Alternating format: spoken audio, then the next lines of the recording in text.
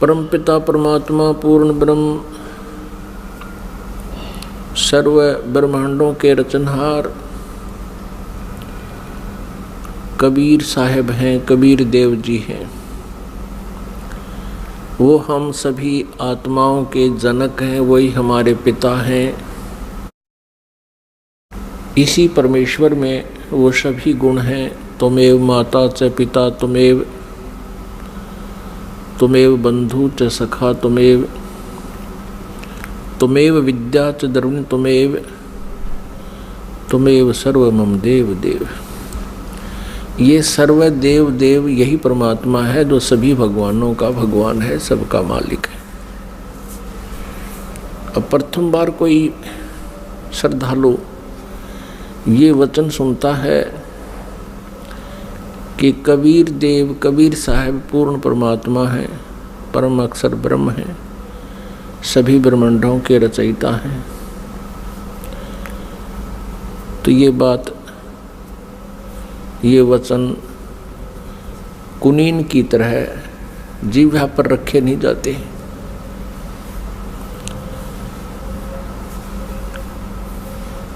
क्योंकि हमने जो ज्ञान सुना हुआ है वो लोक वेद सुन रखा है, वो दंत कथा सुन रखी है। हमने अपने सदग्रंथों का ज्ञान नहीं प्राप्त हुआ हमारे को, क्योंकि हमारे जो गुरुदेव थे हिंदू धर्म के, जो आचार्य थे, गुरु थे, मंडलेश्वर थे, ये तत्व ज्ञानहीन थे। ये सभी ऋषि महर्षि ये तत्व ज्ञानहीन थे। इनको कोई अध्यात्म ज्ञान नहीं था, जिस कारण से हमने परमात्मा की पहचान नहीं हुई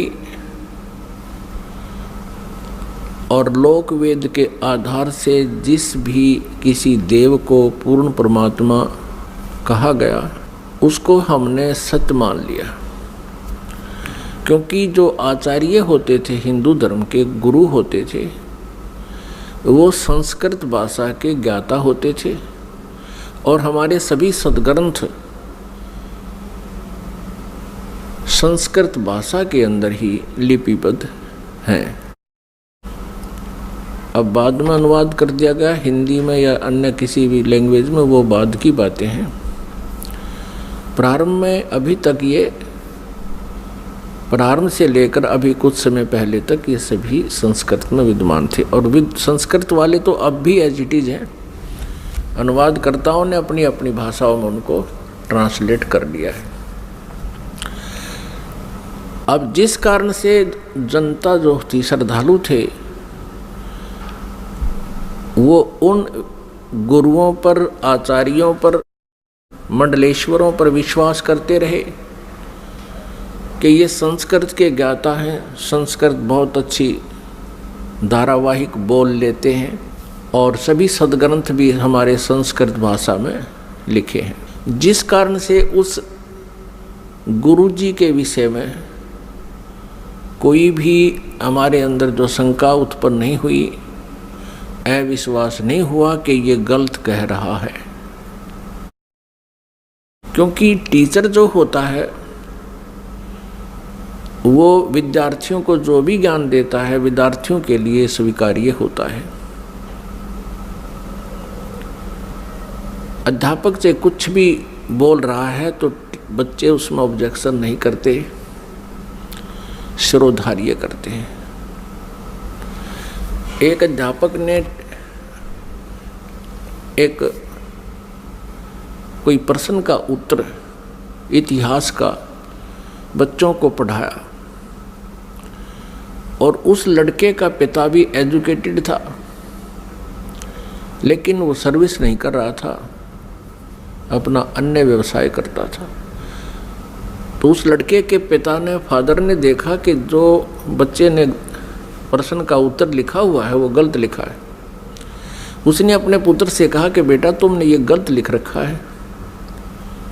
तो लड़के ने उत्तर दिया, नहीं पिताजी, हमारे गुरुदेव ने बोला है ये सही है। तो पिताजी ने कहा, नहीं बेटा इसको ठीक कर लो। तो लड़का बोला, नहीं पिताजी बिल्कुल नहीं करूँगा, ये हमारे गुरुजी ने बोला है, हमारे गुरुजी ने कहा है, हमारे अध्यापक ने कहा है। तो पुण्यात्माओं, आज वही सतिथि आ चुकी है। ये जितने भी आचार्य गुरु थे ये भाषा संस्कृत तो अवश्य जानते थे, लेकिन आध्यात्मिक ज्ञान से ये अपरिचित थे, जिस कारण से ये आज तक भी हमें हमारे सद्ग्रंथों के गूढ़ रहस्यों को नहीं बता पाए। और आज वही तथ्य जो हमारे पवित्र सद्ग्रंथों में विद्यमान हैं, जन साधारण के रूबरू ये दास करवा रहा है, उनको सार्वजनिक कर रहा है इन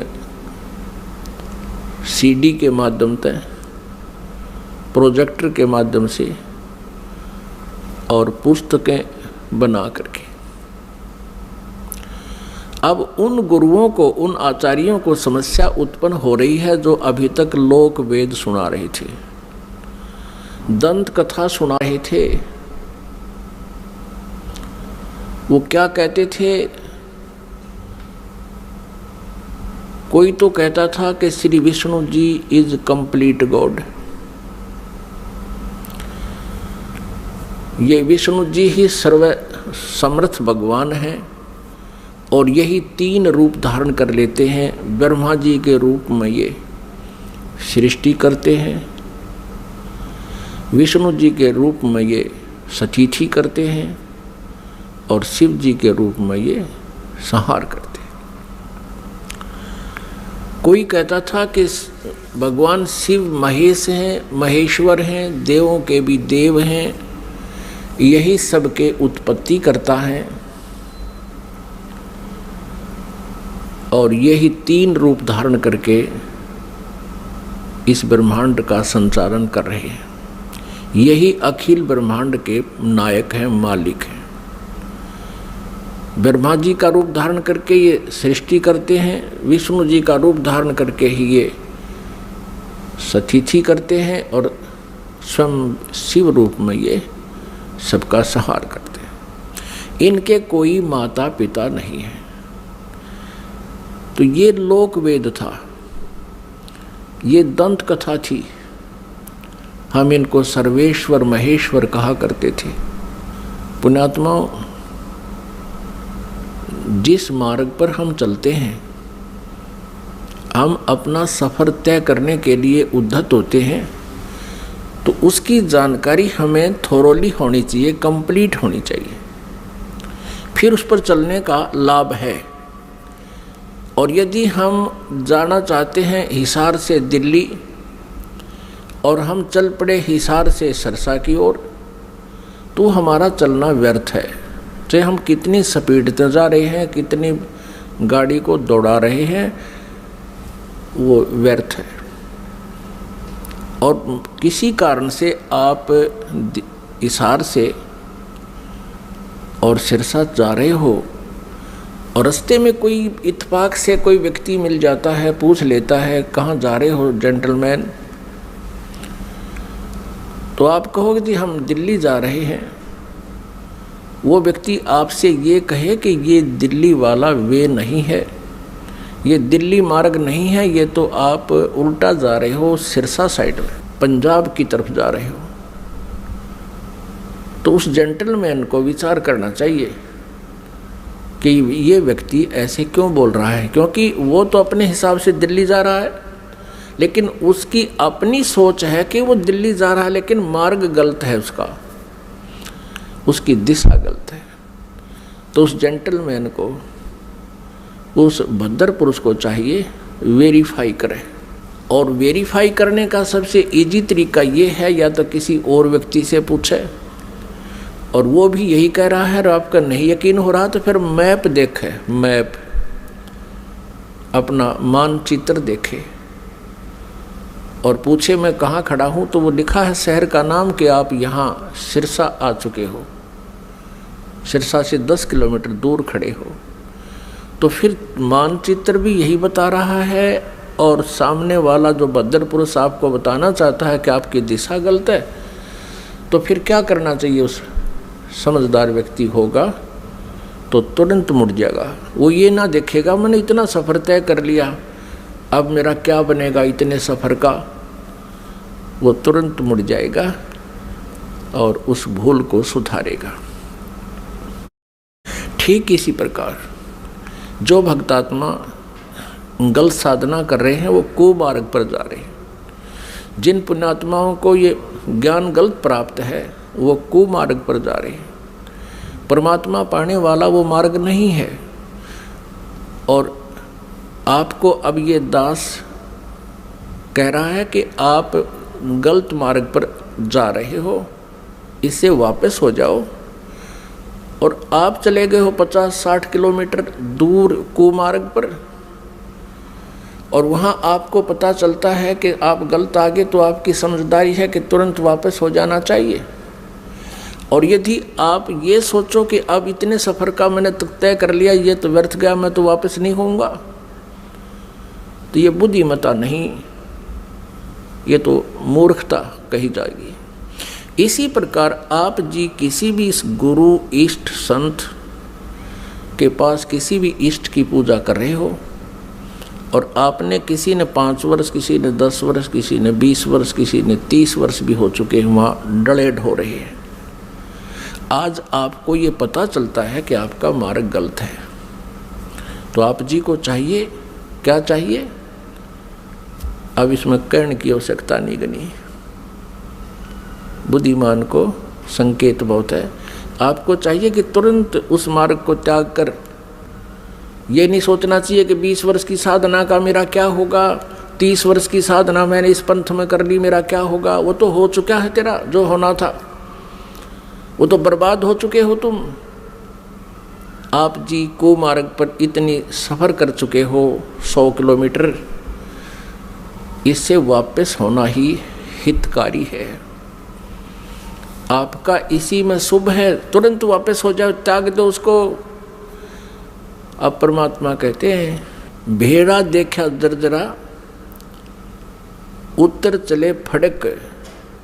पहले बेड़ा होता था, बेड़े चला करते थे, दरिया पार करने के लिए नौका भी नहीं होती थी, तो उसमें बेड़ा बनाया करते थे। बेड़ा, वो बेड़ा तो आपको याद नहीं होगा, लेकिन ये समझ ले नौका है।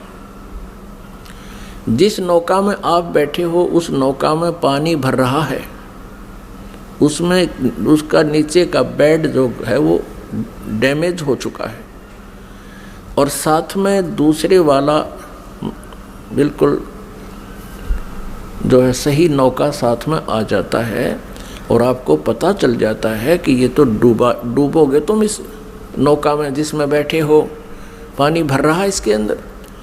तो कहते हैं परमात्मा कहते हैं बेड़ा देखा जर्जरा और उत्तर चले फड़के। डूबे थे पर उबरे।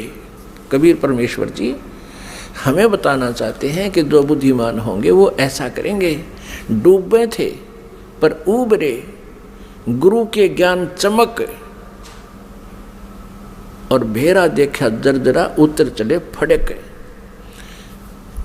कहते हम तो डूबे थे, 84 लाख योनियों में चले जाते। गुरु जी के ज्ञान से फिर हम फड़क गए, एकदम फड़कना माने न जबरदस्त भयभीत हो जाना, और एकदम फड़क के यानी ऐसे चमक के कूद जाना, एकदम चमक जाना। मतलब सेकंड का विचार भी नहीं करने का समय है। डूब रहा है तो एकदम दूसरा साथ में खड़ा है, अच्छा स्थान है, तो उस पर चमक एकदम कूद जाना, उसको कहते हैं डूबे थे पर उबरे। गुरु के ज्ञान चमक, एकदम चमक का पड़ा है भाई, एकदम ऐसे सतर्क हो जाना। और भेड़ा देखा दरदरा, दरदरा माने टूटन डूबन हो रहा है, तो उत्तर चले फड़क। तो उस पुण्यात्मा को अब विलंब नहीं करना चाहिए गुरु बदलन में। उस मार्ग में कितना ही चला गया उसको तुरंत त्याग देना चाहिए। वो तो बिल्कुल कुमार्ग पर आप तो 200 किलोमीटर 100 किलोमीटर दूर चले गए हो, वो आना वापस पड़ेगा, आना ही पड़ेगा। आगे जितने कदम रखोगे वो गलत ही है, दूर ही जाओगे। तो जैसे कोई तो श्री ब्रह्मा जी को रचयिता बताते हैं, कोई श्री विष्णु जी सतगुण जी को रचयिता बताते हैं, कोई तम गुण श्री शिव जी को रचयिता बताते हैं, कोई श्री ब्रह्मा जी रजोगुण को ब्रह्मांड का रचयिता बताते हैं, सभी ब्रह्मांडों का। पुण्यात्माओं, ये लोक वेद है। और कोई कोई कहता है कि दुर्गा ही सबकी सृष्टि सर्जनहार है, जो दुर्गा जी के उपासक हैं। जो श्री देवी जी के उपासक हैं वो देवी जी को ही सब कुछ मानते हैं। और जो ब्रह्म के उपासक हैं, ब्रह्म, वो ब्रह्म को ही सर्वेस्वा मानते हैं। तो पुण्यात्माओं, हमने सबसे पहले ये मैप देखना होगा, अपने सदग्रंथों रूपी मैप को हम पुनः देखेंगे कि इनमें हमें क्या मार्गदर्शन हुआ है, तो तब हम संतुष्ट होंगे। अभी तक तो हम किसी से कुछ सुन रहे हैं भगवान के विषय में, किसी महापुरुष ने कुछ ज्ञान दिया है, किसी ने कुछ दिया है, और हम विद्यार्थी हैं, श्रद्धालु हैं। जो भी संत गुरु जी हमें जैसा भी भगवान के विषय में ज्ञान देता है, हम बिना किसी शंका के, बगैर किसी ऑब्जेक्शन के हम स्वीकार कर लेते हैं। तो पुण्यात्माओं, आप इसके विषय में कि भगवान कौन है, सृष्टि रचना कैसे हुई, ये जानकारी हमें सर्वप्रथम होनी चाहिए, और तभी हम परमात्मा के मार्ग पर सफल हो सकेंगे। फिर हमें कोई भ्रमित नहीं कर सकेगा। श्रीमद् भगवत गीता अध्याय नंबर 16 के श्लोक नंबर 23 में कहा है कि शास्त्र विधि को त्याग कर जो मनमाना आचरण करते हैं, यानी मनमानी पूजाएं करते हैं, मनमाने साधनाएं करते हैं जो शास्त्रों में विद्यमान नहीं है, जो ज्ञान और उसका समाधान, वो साधना व्यर्थ है। न उनकी गति होती है, न उनको कोई सुख प्राप्त होता है, और न ही उनको कोई सिद्धि प्राप्त होती है, अर्थात व्यर्थ, यूजलेस। फिर तुरंत ही 24वें श्लोक में 16वें अध्याय में कहा है गीता जी में कि इससे तेरे लिए अर्जुन कर्तव्य और अकर्तव्य की व्यवस्था में, कर्तव्य मीन जो भक्ति कर्म हमने करने चाहिए और जो ना करने चाहिए, जो त्यागने चाहिए और जो ग्रहण करने चाहिए, उनके लिए सदग्रंथ ही प्रमाण है। किसी की दंत कथा पर विश्वास मत करना। फिर गीता जी अध्याय नंबर 2 के श्लोक नंबर 53 में कहा कि अर्जुन, जिस समय तेरी बुद्धि भिन्न भिन्न प्रकार के भ्रमित करने वाले ज्ञानों से, वचनों से हटकर केवल एक तत्व ज्ञान पर, परमात्म ज्ञान पर स्थिर हो जाएगी, तब तू योग को प्राप्त होगा, तब तो तू भक्त बनेगा, तब तो तेरी भक्ति प्रारंभ होगी। जब तू एक ज्ञान पर, शास्त्र अनुकूल ज्ञान पर तू स्थिर हो जाएगी तेरी बुद्धि, फिर तू डगमग ना होकर के सीधे सुमार्ग पर चल पड़ेगा। फिर जितने भी कदम इस भक्ति सफर में रखेगा वो तेरे शुभ होंगे, लाभदायक होंगे। अब सृष्टि रचना के बारे में बहुत से असमंजस हैं। जैसे जैन धर्म के व्यक्ति, श्रद्धालु, आचार्य, मुनि, वो कहते हैं कि इस सृष्टि का कोई रचयिता नहीं, कोई इसका संहार करता नहीं, अनादि है, अपने आप बनती है, अपने आप ये चलती है। ऐसा ही नहीं, और भी बहुत से श्रद्धालु हैं। कोई कहते हैं विष्णु जी ने इसकी रचना की है, जैसे अब पीछे हम बता चुके हैं। इसके विषय में आप जी को विशेष डिटेल से बताएंगे। परमेश्वर कबीर देव जी का जो प्रसंग चला था कि ये पूर्ण परमात्मा है, पूर्ण ब्रह्म है, कंप्लीट गॉड है, ये विश्वास आप जी को नहीं हो सकता जब तक हम इनके गुणों से परिचित नहीं होंगे। और गुण कहाँ होते हैं? उनके जीवनी में, उनके इतिहास में लिखे होते हैं। जैसे विष्णु जी, श्री शिव जी, श्री विष्णु जी, श्री ब्रह्मा जी, इनकी जानकारी भी इनकी जीवनी में, इनके इतिहास में लिखी है, पुराणों में। और परमेश्वर कबीर जी की महिमा सूक्ष्म वेद में लिखी है, सूक्ष्म वेद में। आदि शंकराचार्य जी के इतिहास में दास ने पढ़ा, उन्होंने भी सूक्ष्म वेद का समर्थन किया है। आदि शंकराचार्य ने कहा है कि 4 वेद, ऋग्वेद, यजुर्वेद, सामवेद और अथर्ववेद, ये तो अवेलेबल हैं, लेकिन सूक्ष्म वेद वो 5वां है। उसके विषय में उन्होंने कहा कि वो कैलाश पर्वत पे है। अब कारण क्या है कि 5वें वेद को इस काल ने, ब्रह्म ने नष्ट कर दिया, सूक्ष्म वेद को। उस सूक्ष्म वेद को देने के लिए परमेश्वर स्वयं यहाँ आते हैं, अपने सतलोक से चलकर, मुक्ति धाम से, सनातन परम धाम से गति करके यहाँ आते। उस छुपे हुए ज्ञान को जो काल भगवान ने, ब्रह्म भगवान ने नष्ट कर दिया, यानी छुपा रखा है, वो किसी तक नहीं आने देता। तो उस 5वें वेद को परमात्मा बताने के लिए आते हैं। उस 5वें वेद में लिखा है, और उस वेद को, उस ज्ञान को परमात्मा ने 600 वर्ष पहले अपने मुखारविंद से, अपने मुख कमल से बोला था। इसलिए गीता जी अध्याय नंबर 4 के श्लोक नंबर 32 में कहा है कि अर्जुन, गीता जी अध्याय नंबर 4 के श्लोक नंबर 25 से लेकर 31 तक बताया गया है, कोई देवताओं की पूजा करता है, कोई स्वाध्याय ही करता है, कोई तीक्ष्ण अहिंसावादी व्रतों पर ही आधारित है, कोई प्राणायाम आदि करके ही अपनी साधना को सफल मानता है। ये इस आध्यात्मिक ज्ञान का, धार्मिक यज्ञों का, यज्ञ माने अनुष्ठानों का विस्तार से विवरण 4थे अध्याय के 32वें श्लोक में कहा है कि वो सच्चिदानंद घन ब्रह्म की वाणी में विस्तार से कहा गया है। यहाँ अनुवादकर्ताओं ने श्रीमद् भगवत गीता अध्याय 4 श्लोक 32 में अनुवादकर्ताओं ने ज्ञान न होने से अनर्थ कर दिया। उसमें लिखा ब्रह्मण मुखे, मूल पाठ में ब्रह्मण मुखे लिखा है, अनुवादकर्ताओं ने लिख दिया ब्रह्मण मुखे का अर्थ लिख दिया वेद की वाणी में। वो गलत लिख दिया, वो गलत अनुवाद किया है। ब्रह्मण मुखे माने सच्चिदानंद घन ब्रह्म की वाणी में, जो अपने मुख से, मुखे माने अपने मुख से मालिक ने जो बोली है, उस मुख से बोली हुई वाणी में विस्तार से कहे गए हैं, और वो है कबीर वाणी। ब्रह्मण का अर्थ यहाँ इन्होंने गलत कर दिया, वेद लिख दिया।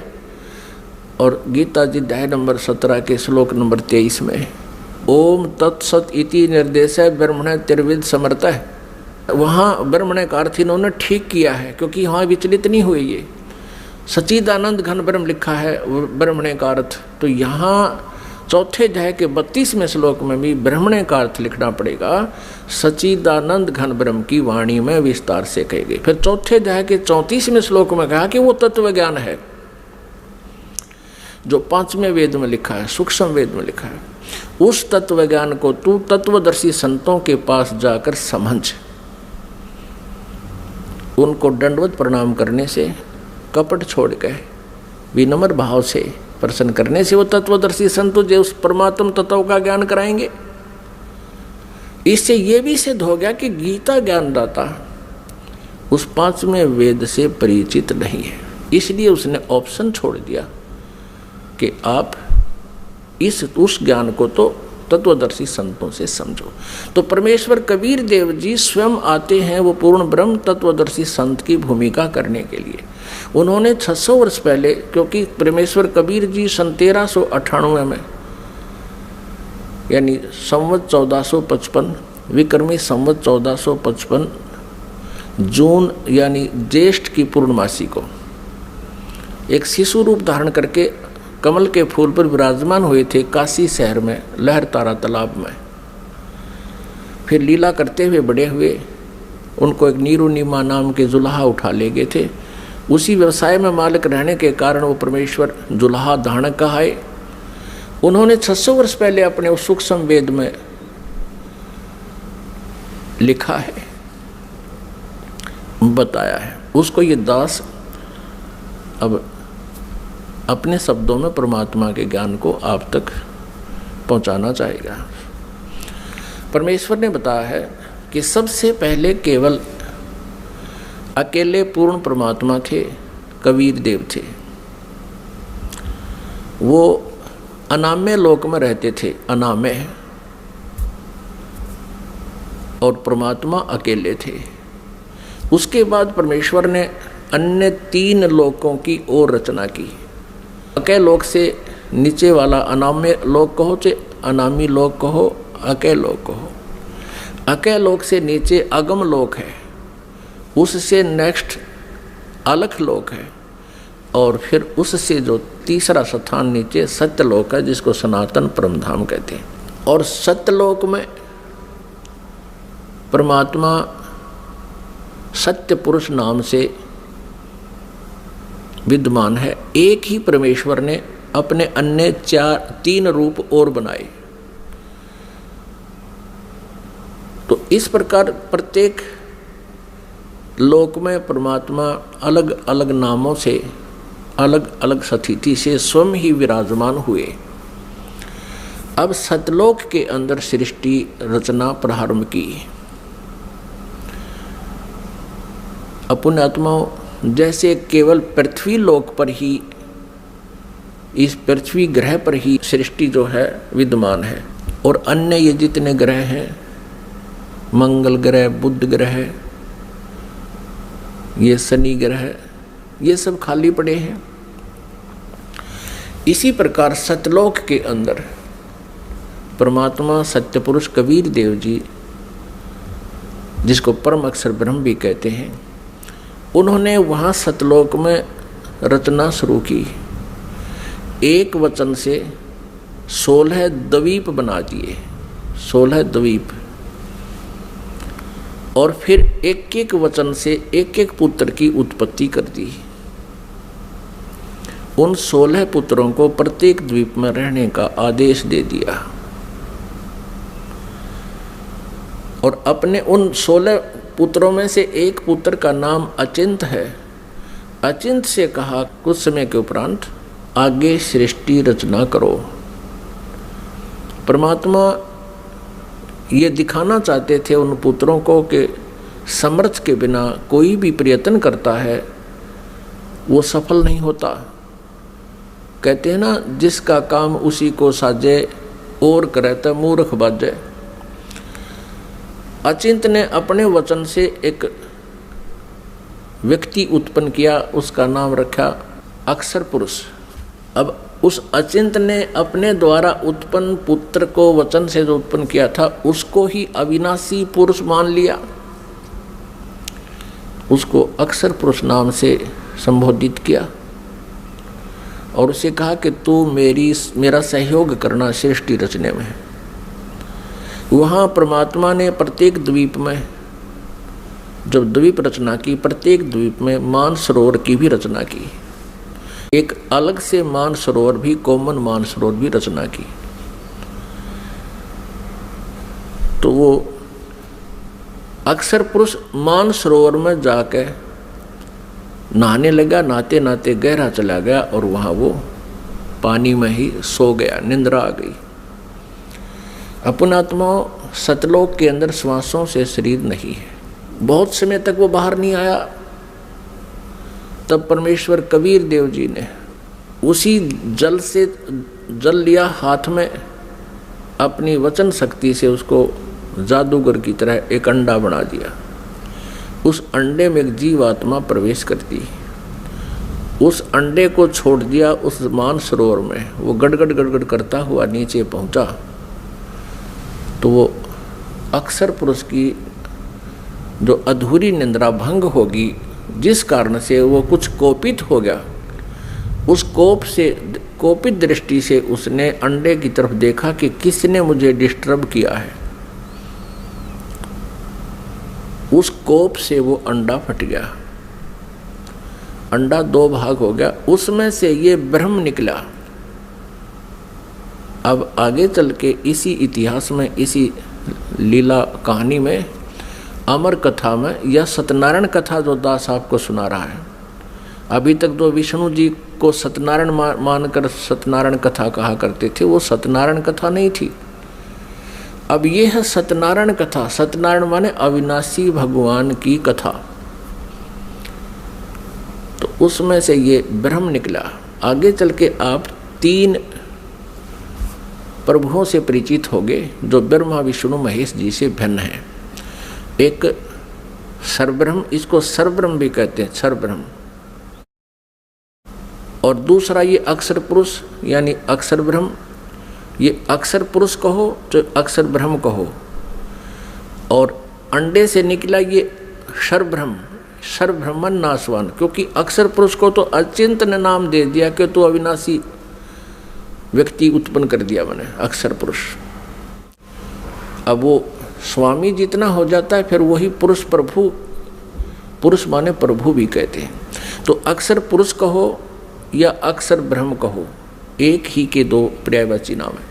इसी प्रकार सर पुरुष कहो, ये ब्रह्म जो अंडे से निकला ये सर पुरुष है, इसको सर ब्रह्म कहो, इसके पर्यायवाची नाम है। इसको ज्योति स्वरूपी निरंजन भी, काल भी, ये ब्रह्म ही आगे चल के काल भी कहा जाएगा। अब याद रखना, क्योंकि पुण्यात्मा, जब तक आप इस इतिहास से परिचित नहीं होगे, सृष्टि रचना से, आप किसी भी सदग्रंथ को नहीं समझ सकते। तब परमेश्वर ने आदेश दिया उन दोनों को कि तुम बाहर आओ। अचिंत पुरुष तुम निंद्रा में थे, न वो अक्षर पुरुष तुम निंद्रा में थे, तुम्हें जगाने के लिए ये सब प्रोसेस अपनाया है, तुम बाहर आ जाओ। दोनों बाहर आ गए। अब परमात्मा ने अचिंत से कहा कि अचिंत, अब देख लिया तूने, समर्थ के बिना कोई कार्य सफल नहीं होता। अब तू तो इसको बाहर भी नहीं निकाल सकता था। और आगे से ध्यान रखना कि बीच में टांग अड़ाओ मेरी क्रिया में, इसलिए तुम्हें तुम्हारे सामर्थ्य से परिचित कराया है। तो अचिंत ने कान पकड़ दिए कि दाता हम कुछ नहीं कर सकते। अब परमेश्वर ने आदेश दिया उन दोनों को, किसको? सरपुरुष अर्थात जिसको सर्वब्रह्म भी कहते हैं, जो आगे चल के ब्रह्मा विष्णु महेश का पिता सिद्ध होगा इसी कथा में। सरपुरुष और अक्षर पुरुष को दोनों से कहा कि तुम उस अचिंत के द्वीप में रहो। इन दोनों ने आज्ञा का पालन किया। और तीनों कौन? अचिंत, अक्षर पुरुष और सरपुरुष, जिसको सर्वब्रह्म भी कहते हैं। और यहाँ हम सीधी भाषा में उसको ब्रह्म भी कहने लग गए। आगे डिफाइन करेंगे ब्रह्म क्यों कहने लगे। अब ये तीनों एक द्वीप में रह रहे हैं। बाकी जो अन्य 15 जने हैं, परमात्मा के वचन से उत्पन्न वो पुत्र, वो अलग अलग सिंगल द्वीप में रह रहे थे। कुछ समय उपरांत परमेश्वर ने हम सभी आत्माओं को, आप जी को, सारे ब्रह्मांडों की जितनी आत्माएं हैं, अपने शरीर से, अपने वचन से उत्पन्न कर दिया। और वहाँ हम तेजोमय शरीर में विद्यमान थे। नूरी शरीर है हमारा, यानी तेजोमय शरीर है, एक तत्व से बना हुआ है। उसमें नाड़ी, वो शुक्रम अकायम असनाविरम, वो जैसे हमारी शुक्र से बनी हुई काया नहीं होती जो माता पिता के संयोग से बनती है, उसमें नाड़ी आदि का जुगाड़ जोड़ नहीं होता, नाड़ी तंत्र नहीं होता। इसी ऐसा ही शरीर परमात्मा का है, साकार है, मनुष्य दृश्य है, तेजों में है। लेकिन परमात्मा के शरीर का और हमारे शरीर के नूर में, सामर्थ्य में, शक्ति में और उसके नूर में, प्रकाश में अंतर है। पूर्ण परमात्मा सत्य पुरुष यानी कबीर देव जी का जो सतलोक में शरीर है, उसका एक रोमकूप में करोड़ सूर्य करोड़ चंद्रमा से भी अधिक रोशनी है। और हमारा वहाँ शरीर कैसा था, जो शेष वहाँ रह रहे हैं उनका कैसा शरीर है, और हम जब परमात्मा ने अपने वचन से उत्पन्न किए थे तब हमारा कैसा शरीर था, मनुष्य सदृश था। और हमारा शरीर 16 सूर्य जितने प्रकाश युक्त था, हमारे पूरे बॉडी का शरीर 16 सूर्य जितना तेज था यहाँ की जो सूर्य, लेकिन गर्मी ना हो। हम सभी वहाँ रहने लगे, वहाँ कोई दिक्कत नहीं थी, किसी प्रकार का कोई अभाव नहीं था, वहाँ जरा और मरण नहीं था, वहाँ जन्म मृत्यु नहीं होता था और बुढ़ापा भी नहीं आता था वहाँ पर। अपने आत्माओं यहाँ विचार करना कि हम यहाँ कितने दुखी हैं और फिर भी हम ये सोचे हैं हमारी मृत्यु ना हो, और जबकि हमें पता है कि मृत्यु तो डेफिनेट होगी, यहाँ का विधान है, और फिर भी हमारी मरने की इच्छा नहीं। कारण क्या है कि हम ऐसे लोक में रहा करते थे जहाँ मृत्यु नहीं होती थी, जिस कारण से हमें ये मरना अच्छा नहीं लगता। और बिल्कुल ठीक है, वे क्यों तो जन्म हुआ था और फिर क्यों मारे। 30, 40, 50, 60, 70, 80 वर्ष तो हम ये मकान मकून बनाने में लावा, फिर इसमें रहने पाते ना, 1 मिनट में कड़च कर देता है यहाँ का भगवान। तो वहाँ जरा और मरण नहीं था, जरा माने बुढ़ापा। अब कोई भी बूढ़ा होना पसंद नहीं करता, सब ने सोचा मैं युवा दिखूं। और ये बड़े बड़े नेता तो सर्जरी करा कर मेकअप करना चाहें, कब तक करोगे, 10 साल पाछे फिर फ्यूज होगे। तो कहने का भाव ये है कि हमारी नेचर है ऐसी कि हम युवा दिखें, लेकिन यहाँ तो बनावटी आर्टिफिशियल है सारा, और वहाँ ओरिजिनल था, तो हम वहाँ ऐसे रहते थे। कुछ दिनों के उपरांत, यानी दिन नहीं है वहाँ पर, क्योंकि दिन हम वैसे बोल देते हैं, वहाँ दिन रात नहीं होती, तेजों में प्रकाश में वो लोक है, प्रकाश में सब आत्माएं हैं, प्रकाश में परमात्मा है, वहाँ सूर्य उदय और अस्त नहीं होता। तो वहाँ कुछ समय के उपरांत इस ज्योति निरंजन, जिसको सरपुरुष कहा है, जिसको सरब्रह्म कहते हैं, जो गीता जी में अपने आप को कहता मैं काल हूँ, वो ब्रह्म है जो श्री कृष्ण जी के शरीर में प्रवेश करके बोल रहा है। आगे इतिहास बताएंगे आपको, पूरा डिटेल देंगे। इसको धैर्यपूर्वक सुनना इस कथा को, क्योंकि ये पहली बार जो सुनता है उसको ऊट पटांग सी लगती है, लेकिन कुछ समय के बाद प्रमाण जब देखोगे आपको स्वीकार करना पड़ेगा, और होगी स्वीकार्य।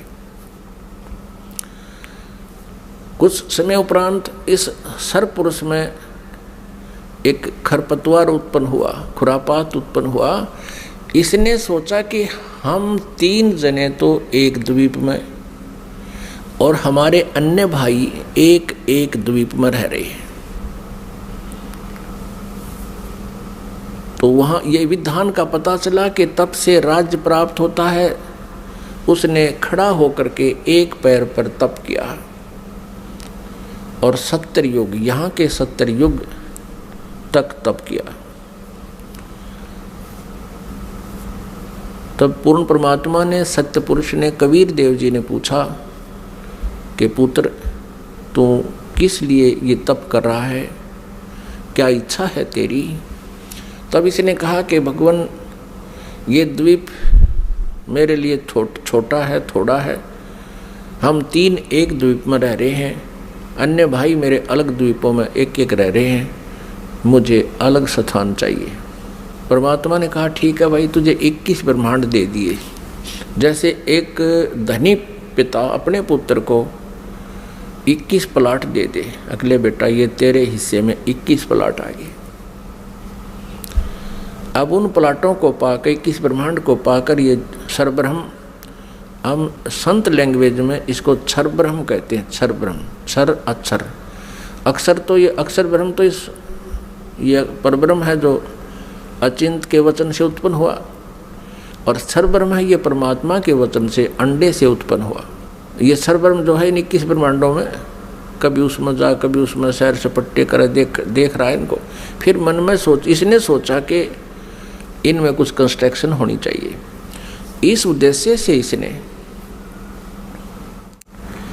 फिर सत्ययुग तब फिर किया। तब परमेश्वर ने पूछा भी अब क्या चाहता है, प्लाट तेरे को दे दिए, 21 ब्रह्मांड दे दिए। तब इसने कहा प्रभु कुछ कंस्ट्रक्शन का यानी कोई रचना सामग्री दो मुझे, ताकि मैं कुछ उसमें रचना बना करूं। यानी अब जैसे प्लाट दे दिए, उसके पास तो फिर भी कुछ को नहीं, पिता से मांगता है कुछ पैसे दो या ईंट सीमेंट मटेरियल अवेलेबल कराओ। तो परमेश्वर कबीर देव जी ने इस सर पुरुष को, क्षर ब्रह्म को 5 तत्व और 3 गुण दे दिए। अगले बेटा बना खिलौने रखे दिन से, इनको पाकर ही बड़ा प्रसन्न हुआ।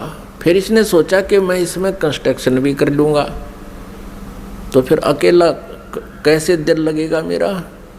इसने सोचा कि कुछ आत्माएं भी मैं प्राप्त करूं भगवान से। इस क्षर ब्रह्म ने, इस काल भगवान ने फिर तप फिर प्रारंभ किया, एक पैर पे खड़ा हो गया। तो उधर से हम यहाँ इसके जाल में कैसे फंस गए, ये एक बहुत विशेष विचारणीय समय जो है ना बात है पुण्यात्माओं, एक विशेष विचारणीय विषय है कि हम क्यों फंसे। फिर चल इसने तो ऐसा कर लिया, प्राप्त हुआ अलग से, हम इसके साथ कैसे, हम जो फंसे हुए हैं ये इसके साथ फंसे हुए हैं, इस ब्रह्म के क्षर ब्रह्म के साथ हम यहाँ आ गए, जिस कारण से हम यहाँ दुख पा रहे हैं। अपने पिता को छोड़ आए जहाँ कोई अभाव नहीं था, कोई जन्म मृत्यु नहीं थी। तो हम कैसे फंसे कि हम वहाँ देख रहे थे इसके तप को, और जब ये खड़ा होकर तप कर रहा था, एक पैर पे खड़ा होकर, हम सभी इस पर आसक्त हो गए, इतने आसक्त हो गए। ओहो हो, देख कितने दिन से एक पैर पे खड़ा है, कभी इस पैर को कर लेता है, कभी उस पैर पे खड़ा हो जाता है, और ऐसे करके खड़ा है कभी। तो हम इसकी इन अदाओं से इतने प्रभावित हो गए, हम अपने भगवान से भी दिल हटा बैठे। जो हमें सर्व सुख दे रहा था, सब सुविधाएं उपलब्ध करा रहा था, हम उससे हटकर इसके ऊपर आसक्त हो गए। तो पुण्यात्माओं, यही बीमारी, यही स्वभाव आप और हम सभी को वहाँ से लगी थी। जैसे यहाँ के हीरो और हीरोइन, अभिनेता अभिनेत्री अपने पेट के लिए, रोजी रोटी के लिए एक्टिंग करते हैं, अदाएं करते हैं, उछल कूद करते हैं, और ये युवा वर्ग बच्चे उनको देखकर इतने आसक्त हो जाते हैं, पूछो मत। और यदि कोई हीरो या हीरोइन यानी कोई अभिनेता या अभिनेत्री यहाँ बरवाला में आ जा या हिसार में आ जावे, फिर देखो इन बच्चों के, कॉलेज वालों के और जवान बच्चों की वहाँ कैसे भीड़ उमड़ कर जाती है, और कम से कम 200, 300, 400 फुट से दूर खड़े खड़े देखते हैं कि देखो वो खड़ा, वो है वो फलाना नेता अभिनेता, वो खड़ी, वो है फलानी अभिनेत्री। अब वो तो अपने पेट के लिए कर रहा है सारे काम, और वो बच्चे बेमतलब वहाँ जा रहे हैं उसको देखने के लिए। लेना एक न देने दो, क्या देगा उनको वो, और धक्के खा के सामने भूखे अपने वापस आ जाते हैं। ठीक इसी प्रकार हम इस काल पर आसक्त हो गए और भगवान से हमारा हृदय हट गया। परमेश्वर कबीर देव जी ने बहुत बार आकाशवाणी की कि कोई भी इस ज्योत निरंजन के इस ड्रामे को मत देखे, इस पे प्रभावित ना हो, आप अपना मालिक में ध्यान रखो। लेकिन हम ऊपर से तो सावधान हो गए, जैसे हम बिल्कुल इसको नहीं चाहते, लेकिन अंदर से कसक नहीं गई। वो तो अंतर्यामी है परमात्मा। तो उस समय परमात्मा के बार बार कहने पर भी हम इस काल से अपना मन नहीं हटा सके, अपनी आत्मा को नहीं हटा सके, और अंदर से इसमें चाह बनी रही। अब इसने तीसरी बार जब तप शुरू किया, इसने परमेश्वर से चाहा कि मैं कुछ आत्मा प्राप्त करूं। जब परमेश्वर ने इससे पूछा, जब इसने 64 युग तप कर लिया तीसरी बार, तब पूछा कि क्या चाहता है ज्योति निरंजन? जो आपने मांगा था वो मैंने आपको दे दिया, अब तू क्यों हट कर रहा है? तब इसने कहा, ज्योति निरंजन ने यानी क्षर पुरुष ने कहा कि प्रभु मुझे कुछ आत्माएं दे दो, मैं अकेला वहाँ नहीं रह सकता, 21 ब्रह्मांडों में अकेला कैसे रहूँगा। तब परमेश्वर ने कहा कि भी देखो, तेरे तप के बदले में 64 युग जो तप किया है इसके बदले में और राज्य दे सकता हूँ, और वस्तु मांग ले वो दे सकता हूँ, लेकिन ये आत्मा नहीं दे सकता, क्योंकि ये मेरी आत्मा है। अब ये मेरे वचन से उत्पन्न हुई है, मेरा अंश है, अपने अंश को मैं कैसे दे सकता हूँ? लेकिन परमात्मा ने एक ऑप्शन रख दिया कि इसमें एक ऑप्शन है कि यदि वो स्वयं स्वेच्छा से कोई जाना चाहता तेरे साथ तो जा सकते, लेकिन मैं अपनी तरफ से उनको नहीं डाल सकता कुएं में। तब ज्योति निरंजन हमारे पास आया, ये क्षर पुरुष हमारे पास आया। जितनी आत्माएं आज इसके ब्रह्मांडों में हम कैद हो गए, यहाँ कष्ट उठा रहे हैं, ये सभी आत्माएं इसके चारों तरफ उमड़ कर खड़ी होगी। जैसे हीरो आता है, अभिनेता आता है। इसने कहा हमसे कि मैंने पिताजी से 70 युग तप करके बहुत बड़े ब्रह्मांड प्राप्त किए हैं, वहाँ पर स्वर्ग बनाऊंगा, महास्वर्ग बनाऊंगा, हीरे पन्ने लालों के मैं पहाड़ बनाऊंगा, वहाँ दूधों की नदी बहाऊंगा और तुम चलोगे मेरे साथ। अब हम तो पहले ही उसको चाह रहे थे, चाहे वो कुछ भी ना बनाता, उसको चाह रहे थे, उसके ऊपर आसक्त हो चुके थे। तो सभी ने कहा कि हम तैयार हैं आपके साथ चलने को, लेकिन यदि पिताजी आज्ञा दे देंगे तो हम जा सकेंगे। इस क्षर पुरुष ने परमेश्वर कबीर देव जी से, पूर्ण ब्रह्म से, परम अक्षर ब्रह्म से प्रार्थना की। आकर के वापस प्रभु के पास जाकर के करबद्ध खड़ा होकर के कहा कि परमेश्वर, कुछ आत्माएं मेरे साथ जाने को सहमत है। परमात्मा ने कहा, परमेश्वर कबीर देव जी ने कहा कि मेरे सामने हाँ भरवा दे, तब मैं मानूं, तब भेज दूंगा। अब परमेश्वर आए, कबीर देव जी हमारे पास, साथ में ज्योति निरंजन भी आया। परमेश्वर कबीर देव जी ने, परम अक्षर ब्रह्म ने पूछा कि आत्माओं जो ज्योति निरंजन के साथ यानी क्षर पुरुष के साथ जाना चाहते हैं, वो हाथ खड़ा करके स्वीकृति दें। अब अपने पिता के सामने हिम्मत नहीं पड़ी किसी भी आत्मा की इतना ढीठपना करें, सबने नीची गर्दन कर दी। तब परमेश्वर ने कहा कि अरे ज्योति निरंजन, अरे क्षर पुरुष, आप तो कह रहे थे कुछ आत्माएं तैयार हैं, ये तो कोई भी नहीं बोल रहा, सन्नाटा छा गया। तब एक आत्मा सबसे पहले खड़ा हुआ। उसने सोचा कहीं आम रह जावा यहीं पर। उसने खड़ा होकर कहा कि पिताजी, हाँ, उसने हाथ खड़ा किया कि पिताजी मैं जाना चाहता हूँ। फिर तो हम जैसे सारे सोचा करते हम पीछे रह जाएं, हमने भी सब न कर दिया, ऐसे सब ने हाथ खड़े कर दिए। जितने भी खरबों अनगिन यहाँ पर आए हुए हैं, अकाउंटिंग नहीं कर सकते, इतने जीव आगे इसके अलावा से। परमात्मा के पास तो सब अकाउंटिंग है, सब उनकी डिटेल है, लेकिन हम नहीं कर सकते जीव संज्ञा। जितने भी 21 ब्रह्मांड में प्राणी हैं, ये सब सतलोक से आए हैं, चाहे चींटी है, चाहे हाथी है, रंक है या राजा है, किसी भी पशु पक्षी की योनि वो जीव जंतु की भोग रहा है। तब परमेश्वर ने कहा भी ठीक है ज्योति निरंजन, जिन जिन ने तेरे साथ आने का हृदय से चाह की है, सब इच्छा से तेरे साथ जाना चाहते हैं, उनके सब के नंबर नोट मैंने कर लिए, वो मेरे पास है। आप जाओ अपने ब्रह्मांडों में, क्योंकि ये ब्रह्मांड पहले वहीं थे सतलोक के एक लास्ट कोने में, बिल्कुल एकांत स्थान पर।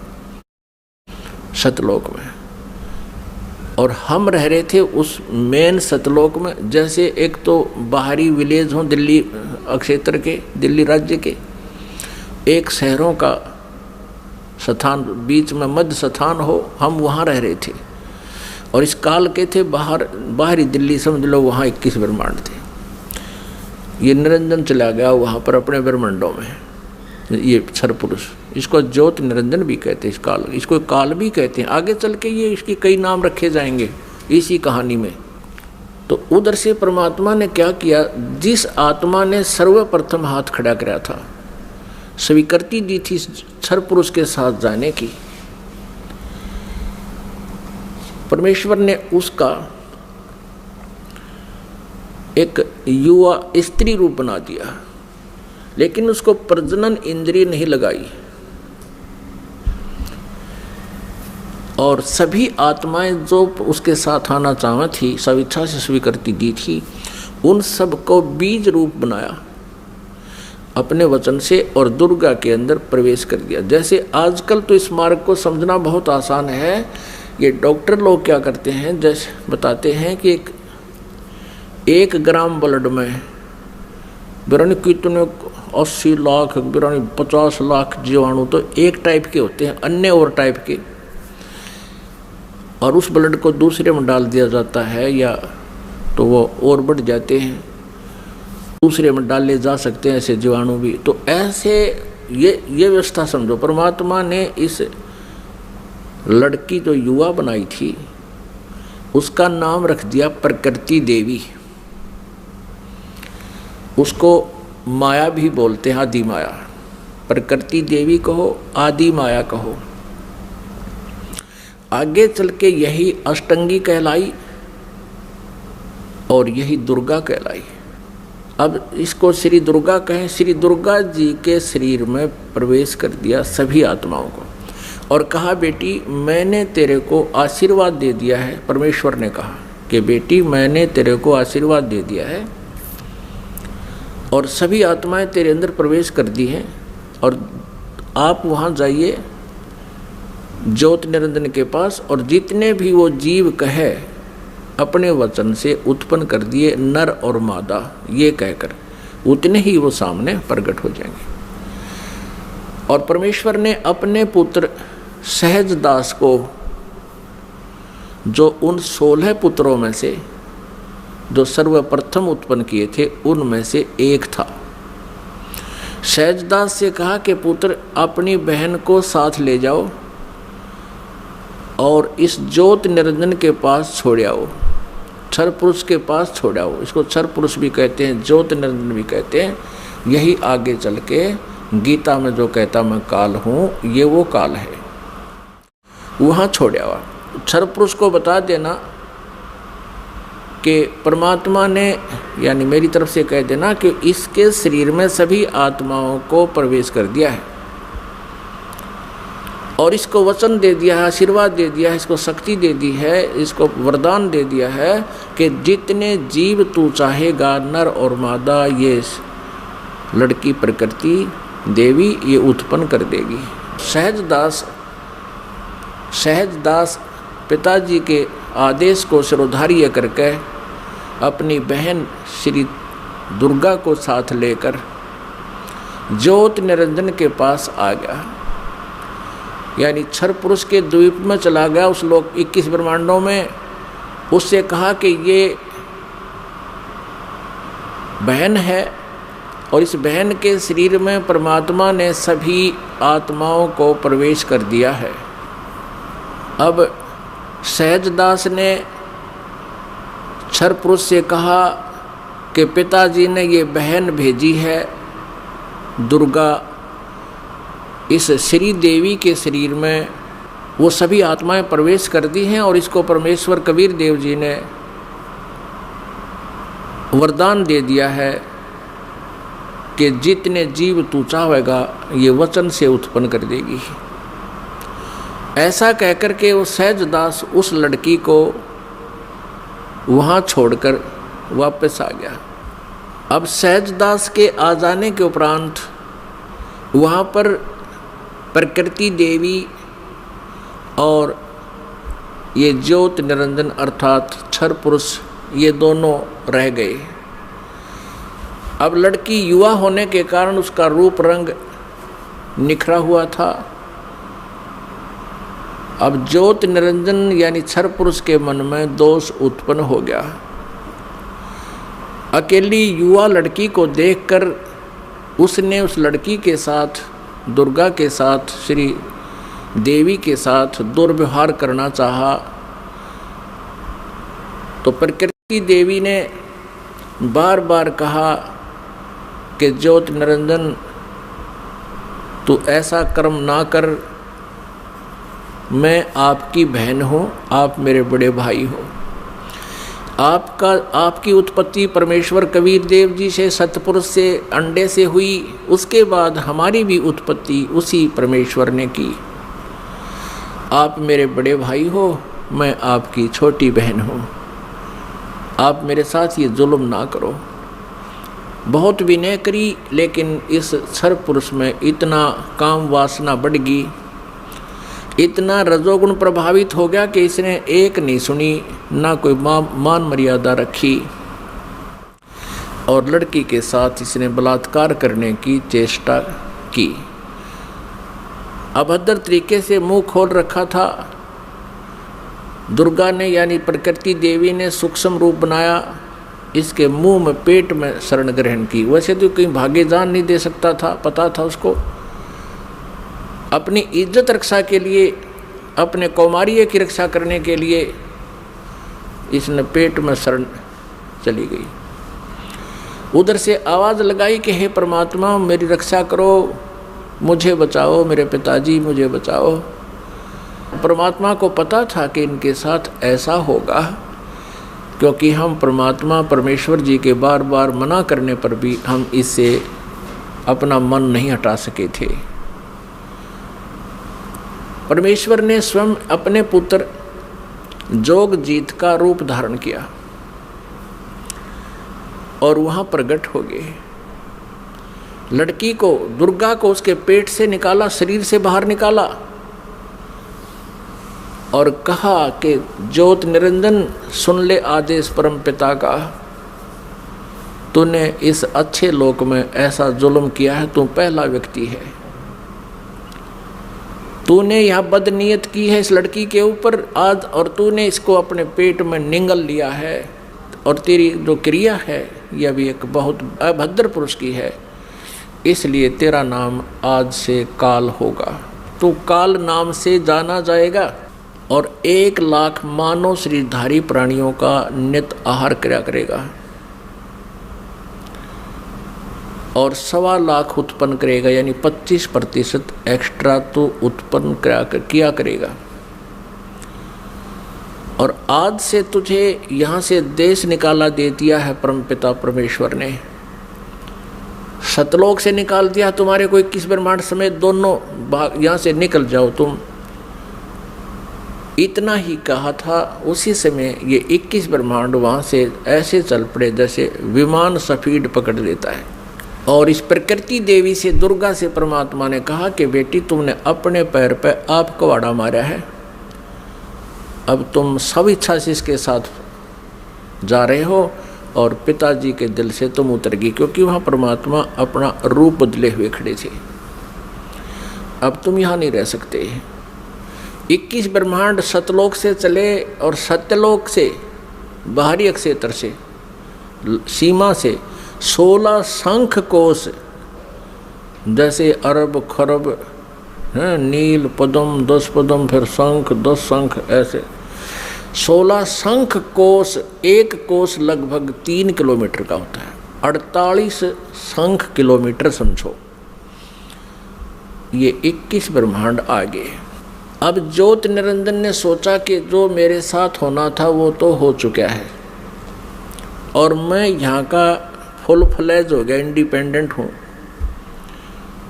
अब अपनी मर्जी चलाऊंगा। इसने फिर से उस दुर्गा के साथ दुर्व्यवहार शुरू किया, श्री देवी के साथ। श्री देवी ने, दुर्गा ने फिर कहा कि ज्योत निरंजन यानी क्षर पुरुष, तू आँख खोल ले, देखो परमात्मा ने मुझे शक्ति दी है, वर्ड पावर दी है, शब्द शक्ति दी है। मैं वचन से जितने जीव तू कहेगा मैं उत्पन्न कर दूंगी तेरे यहाँ संसार के लिए। तू ये मैथुन सृष्टि प्रारंभ मत कर। लेकिन ये नहीं माना। दुर्गा ने फिर यातना की कि देख, पहले तो तू मेरा बड़ा भाई, मैं तेरी छोटी बहन, और दूसरे मैं तेरे पेट से निकलकर तेरे शरीर से बाहर आई हूँ, मैं तेरी पुत्री होगी। तू किसी नाते की तो लाज रख ले। लेकिन इस ज्योत निरंजन क्षर पुरुष ने उसकी एक नहीं सुनी। तो उसमें परमात्मा ने इस लड़की को प्रजनन इंद्रिय नहीं लगाई थी। फिर इस काल ने, ज्योत निरंजन ने, ये तब से सिद्धियां भी आ जाती हैं। अपनी सिद्धि शक्ति से प्रजनन इंद्रिय बनाई, दुर्गा से बाई फोर्स विवाह किया और फिर इन 3 पुत्रों की उत्पत्ति हुई। रजगुण युक्त ब्रह्मा जी, सतगुण युक्त विष्णु जी, तमगुण युक्त शिव जी। इन तीनों को एक एक गुण युक्त कर दिया। एक एक गुण युक्त कैसे किया? इस काल ने एक ब्रह्मांड के ऊपर टॉप मोस्ट प्लेस पर, शिखर में एक गुप्त स्थान बना रखा है। उस गुप्त स्थान में दुर्गा और इस काल के अतिरिक्त कोई नहीं जा सकता। तो वहां इसने 3 स्थान बना रखे हैं। उस गुप्त स्थान पर, गुप्त क्षेत्र में 3 स्थान बना रखे हैं। एक रजोगुण प्रधान क्षेत्र, एक सतोगुण प्रधान क्षेत्र, एक तमोगुण प्रधान क्षेत्र। जैसे किसी मकान में 3 कमरे हों, 3 कक्ष, एक कक्ष में अश्लील चित्र लगे हों और दूसरे में साधु संत फकीरों के, महापुरुषों के चित्र लगे हों और तीसरे में सूरवीरों के, शहीदों के चित्र लगे हों। जिसमें व्यक्ति उन अश्लील चित्र लगे हुए कक्ष में प्रवेश करेगा तो वहां जाकर उसका स्वभाव वैसा ही बन जाएगा, बट नेचुरल है। और फिर वो जाएगा उस जहाँ साधु संत फकीरों के चित्र लगे हैं, उसमें जाता है तो उसका एकदम विचार भाव बहुत ही विनम्र हो जाता है और भाव बदल जाते हैं।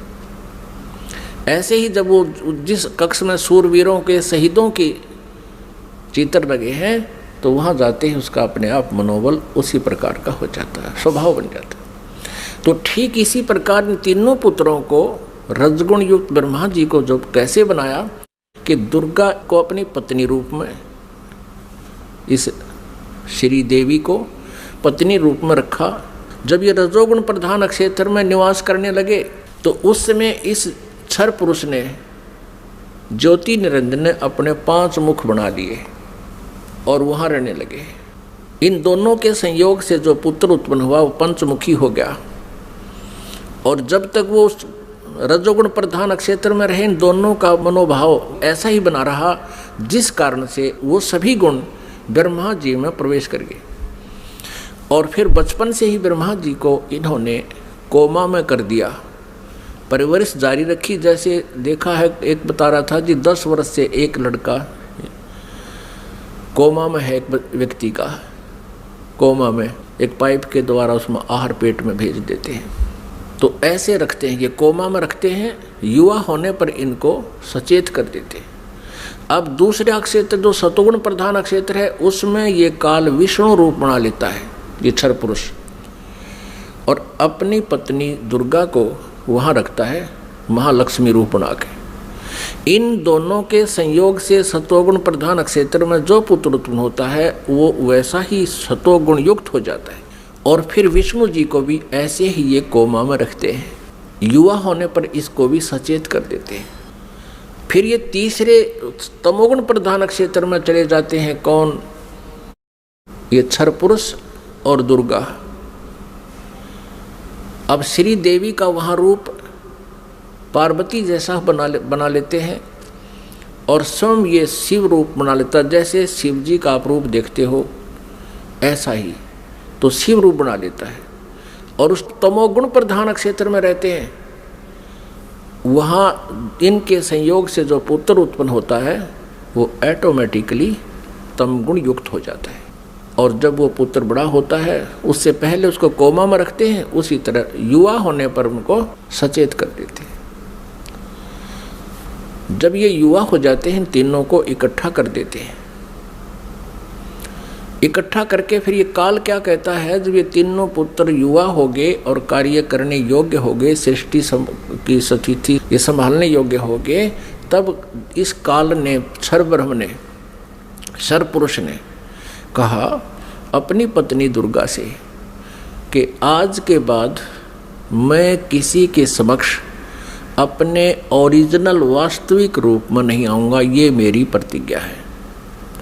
और आप जाओ नीचे इन लोकों में 21 ब्रह्मांडों में और संभालो सारी सृष्टि को। अब दुर्गा ने कहा कि ज्योति निरंजन मैं तेरे बस पड़ गई हूँ, अपने पैर पे मैंने आपको कुल्हाड़ा मार रखा है, कुल्हाड़ी मार ली, अब तू जैसे नाच नचाएगा मुझे नाचना पड़ेगा।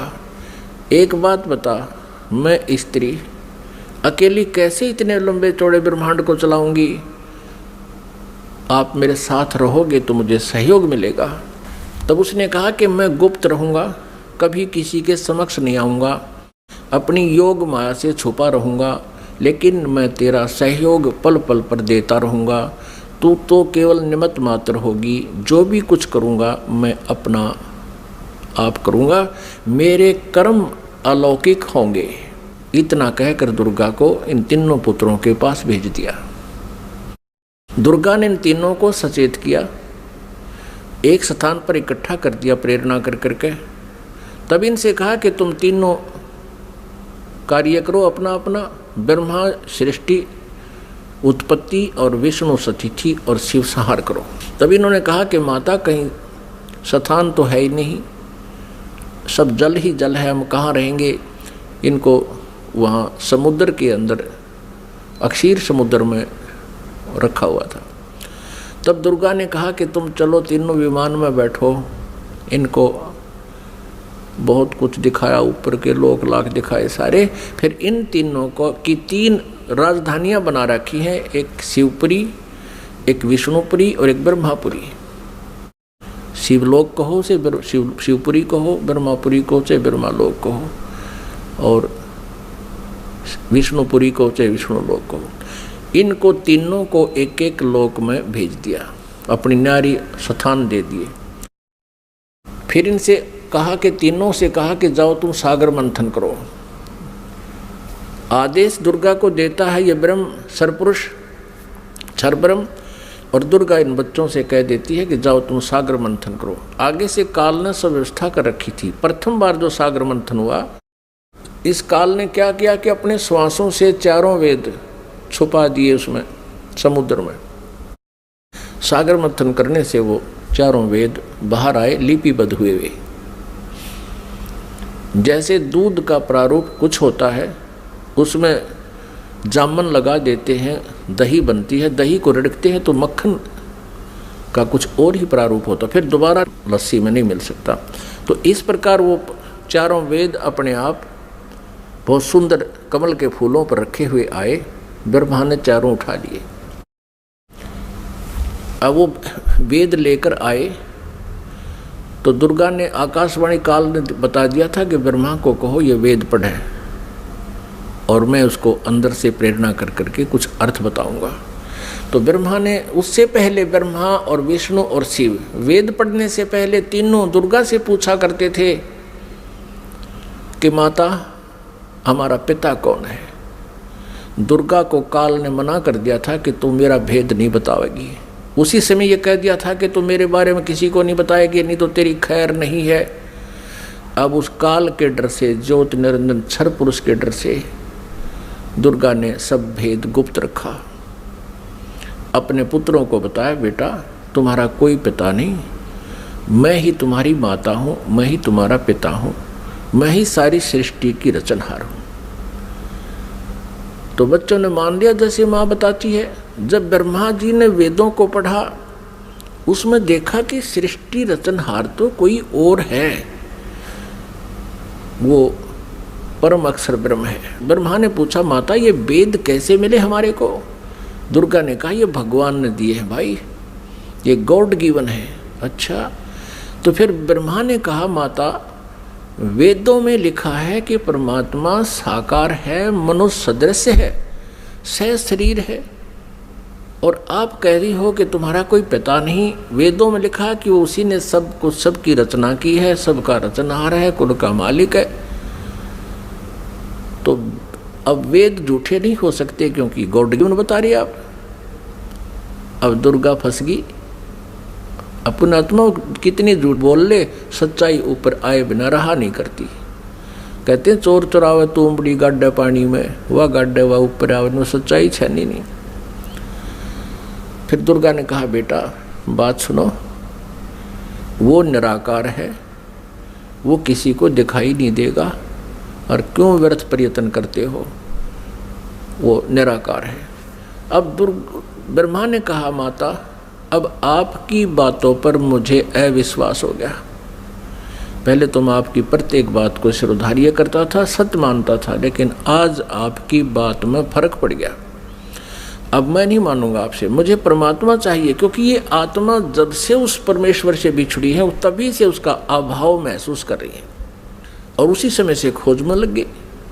यहाँ हम आगे जहाँ हम उसको जिस विधि से खोजना चाहते हैं वो मिल नहीं सकता, क्योंकि चारों वेदों में केवल ब्रह्म तक के पाने की, इस क्षर पुरुष तक के पाने की विधि लिखी है।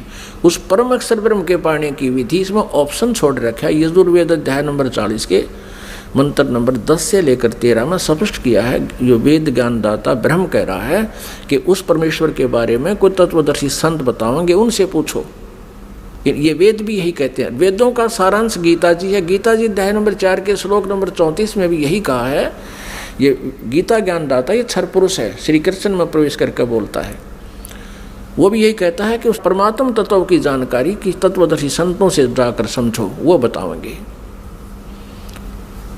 तो वेदों में जो प्रमाण लिखा है, तो ब्रह्मा ने सोचा कि वेदों में लिखा है कि ओम का नाम है और ओम नाम से जाप करूंगा मैं।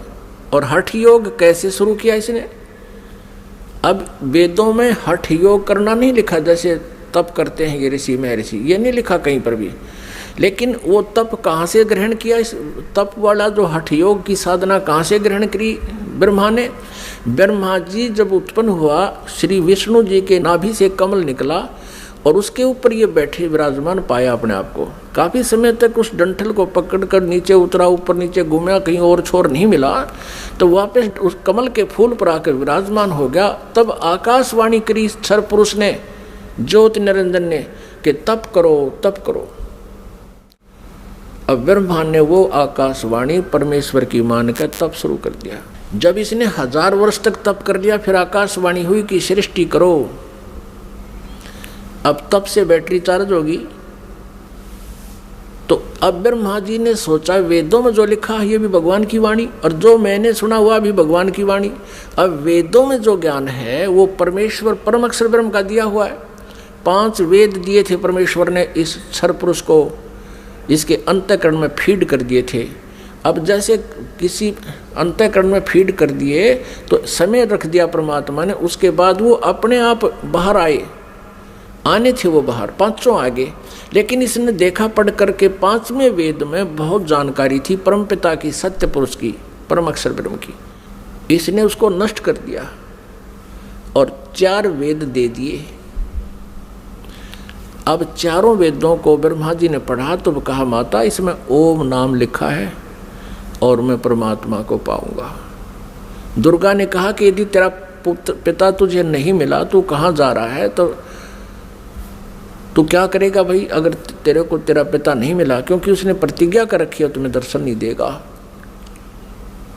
तो ब्रह्मा ने कहा कि मैं तुझे अपनी शकल नहीं दिखाऊंगा यदि भगवान नहीं मिला, क्योंकि वेदों में लिखा ओम, यजुर्वेद अध्याय नंबर 40 के मंत्र नंबर 15 में स्पष्ट किया कि ओम कर्तु समर कल्वे समर कर्तुम समर। इसलिए ये ओम नाम है क्षर पुरुष का, ब्रह्म तक का, क्षर ब्रह्म का। और परम अक्षर ब्रह्म के बारे में वेदों में ज्ञान नहीं है साधना का, लेकिन उसकी महिमा बहुत लिखी है। तीन वेदों को पढ़ने वालों ने परमात्मा की महिमा तो पूर्ण परमात्मा वाली ग्रहण कर ली और साधना इस ब्रह्म वाली कर ली। जानकारी परम अक्षर ब्रह्म की अधिक है, जिसको परम अक्षर ब्रह्म कहते हैं, सत्पुरुष भी कहते हैं। लेकिन उसके पाने का मेथड नहीं है, वे ऑफ वर्शिप नहीं है। वे ऑफ वर्शिप यानी पूजा की विधि केवल ब्रह्म तक की है, वो ओम नाम है। गीता जी अध्याय नंबर 17 के श्लोक नंबर 23 में तीन मंत्र के जाप का प्रावधान है। ओम तत्सत इति निर्देश है ब्रह्मण त्रिविध समर्थ है। और गीता जी अध्याय नंबर 15 के श्लोक नंबर 1 से 4 में और 16 और 17 में विस्तार से विवरण दिया गया है कि इस संसार रूपी वृक्ष के तना कौन है, जड़ कौन है और शाखा कौन है, डार कौन है, पत्ते क्या हैं। इनको जो जानता है वो तत्वदर्शी संत है। और उसमें 16 और 17 श्लोक में 15वें अध्याय के गीता जी में सरपुरुष, अक्षर पुरुष और परम अक्षर ब्रह्म, यानी उस उत्तम पुरुष है तो अन्य, इन सरपुरुष और अक्षर पुरुष से कोई अन्य है, वो परम अक्षर ब्रह्म है। गीता जी अध्याय नंबर 8 के श्लोक नंबर 1 में अर्जुन ने पूछा कि आप जी ने जो अध्याय नंबर 7 के मंत्र 29 में जिस तत्ब्रह्म के बारे में कहा प्रभु वो किम तत्ब्रह्म, उसका उत्तर गीता ज्ञानदाता ने 8वें अध्याय के 3रे श्लोक में दिया है कि वो परम अक्षर ब्रह्म है और वही सबका सृष्टि रचनहार है।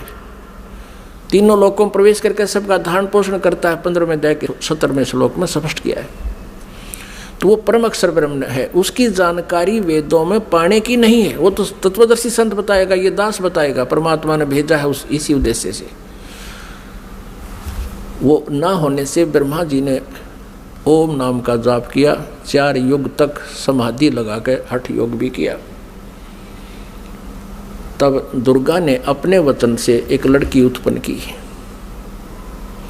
और उससे कहा कि बेटी आप जाओ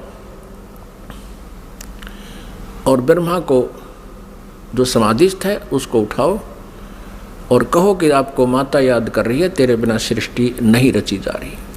अब 4 युग जब बीत गए, आकाशवाणी की दुर्गा को सरपुरुष ने कि दुर्गा सृष्टि रचो। दुर्गा ने कहा, प्रकृति देवी ने कहा कि आपका ज्येष्ठ पुत्र आपकी खोज में गया है, मेरे मना करते करते भी गया है। तब आकाशवाणी से कहा उस काल ने, सरपुरुष ने, कि उसको बुलाओ, मैं कभी दर्शन नहीं दूंगा। तब वो लड़की वहाँ भेजी। लड़की ने जाकर के देखा कि आवाज़ लगाई, ब्रह्मा उठा नहीं। तब दुर्गा से अपना आकाश यानी अंदर से अंतःकरण से फ़ोन किया, टेलीफोन किया कि माता ये उठ नहीं रहा, अब क्या करूं, बहुत आवाज़ लगा ली। दुर्गा ने कहा कि तू इसके चरण स्पर्श कर। चरण स्पर्श करते ही ब्रह्मा की आंखें यानी समाधि टूट गई। सामने देखा युवा लड़की को। ब्रह्मा जी ने कहा कि तू कौन कुलटा आ गई है, तुझे मैं श्राप दूंगा, तू मेरा तप भंग करने को आई है। तब लड़की ने कहा मेरे को माता ने भेजा है और आपके बिना सृष्टि रची नहीं जा रही है, बहुत चिंता है माता को, आप चलो। तब ब्रह्मा ने कहा कि कैसे चलूं, पिता के दर्शन हुए नहीं। माँ से मैं प्रतिज्ञा करके आया था कि यदि प्रभु मुझे प्राप्त नहीं हुए तो मैं तुझे शकल नहीं दिखाऊंगा, दर्शन नहीं दूंगा, लौट कर नहीं आऊँगा। अब कैसे चलूँ, मुझे परमात्मा मिला नहीं। फिर ब्रह्मा ने कहा कि तू एक काम कर, मेरी झूठी गवाही दे दे तो मैं तेरे साथ चल पड़ूँ। अब उस लड़की ने सोचा कि माँ का कार्य नहीं हुआ तो अक्षुब्ध होगी और यदि मैं झूठ बोलूँगी तो ये कह दे कि इसने अपनी मर्जी से बोला है, तो फिर मैं मारी जाऊँगी, मेरे ऊपर ज़्यादा भार आएगा। तब उसने शर्त रखी कि तू मेरे साथ विलास कर, तब मैं तेरी झूठी गवाही दूंगी, तू मेरे साथ ऐसा कर। ब्रह्मा ने सोचा कि परमात्मा के दर्शन हुए नहीं, वैसे मैं घर जा नहीं सकता। उसने उस लड़की की बात को स्वीकार किया। फिर लड़की ने अपने वचन से एक और लड़की उत्पन्न की और कहा कि 1 से 2 गवाह ज़्यादा अच्छे होते हैं। उस लड़की से कहा दूसरे नंबर की से कि तू भी गवाही देना कि ब्रह्मा जी को पिता के दर्शन हो गए। और हमारे सामने होगे। उसने भी यही शर्त रखी इसी उद्देश्य से, कहीं मैं झूठी ना सिद्ध कर दे मुझे ये और ये आप बच जावें। उस लड़की ने भी वही शर्त रखी ब्रह्मा को, ब्रह्मा ने वो स्वीकार किया। अब तीनों के तीनों माँ के पास आ गए, दुर्गा के पास। अब दुर्गा ने पूछा, प्रकृति देवी ने पूछा ब्रह्मा से, क्या आपको अपने पिता के दर्शन हो गए? अब सुनियोजित षड्यंत्र के तहत ब्रह्मा ने कहा कि हाँ मुझे पिताजी के दर्शन हो गए। तो दुर्गा ने कहा कि भाई कैसे मानूं मैं तेरी बात को, क्योंकि दुर्गा को तो फाइनल था कि उसने कह रखा कि मैं दर्शन नहीं दूंगा, ये मेरा फाइनल आदेश है, फाइनल फैसला है, डिसीजन है। अब दुर्गा को पूरा दृढ़ विश्वास था कि ऐसा तो हो नहीं सकता। तो उसने कहा कोई गवाह बता भाई, कोई एविडेंस दे। ब्रह्मा ने कहा कि दोनों लड़कियां मेरी गवाह हैं। अब उस दोनों लड़कियों से दुर्गा ने पूछा कि बताओ तुम्हारे सामने इसको दर्शन हुए? हाँ। दोनों ने झूठी गवाही दे दी कि हमारे सामने इसको ब्रह्मा जी को भगवान ने दर्शन दिए हैं, मनुष्य दृश्य है। क्योंकि वेदों में लिखा है, यजुर्वेद अध्याय नंबर 5 के श्लोक नंबर 1 में और 5 के मंत्र नंबर 8 में, तो 8 में तो 3 बार लिखा भगवान के विषय में, और यजुर्वेद अध्याय नंबर 5 के श्लोक नंबर 1 मंत्र में 2 बार लिखा, अग्ने तनुरसी विष्णुवे तवा सोमस्य तनुरसी। परमात्मा सहशरीर है, उस परमेश्वर का सबके धारण पोषण करने के लिए उस अमर पुरुष का शरीर है।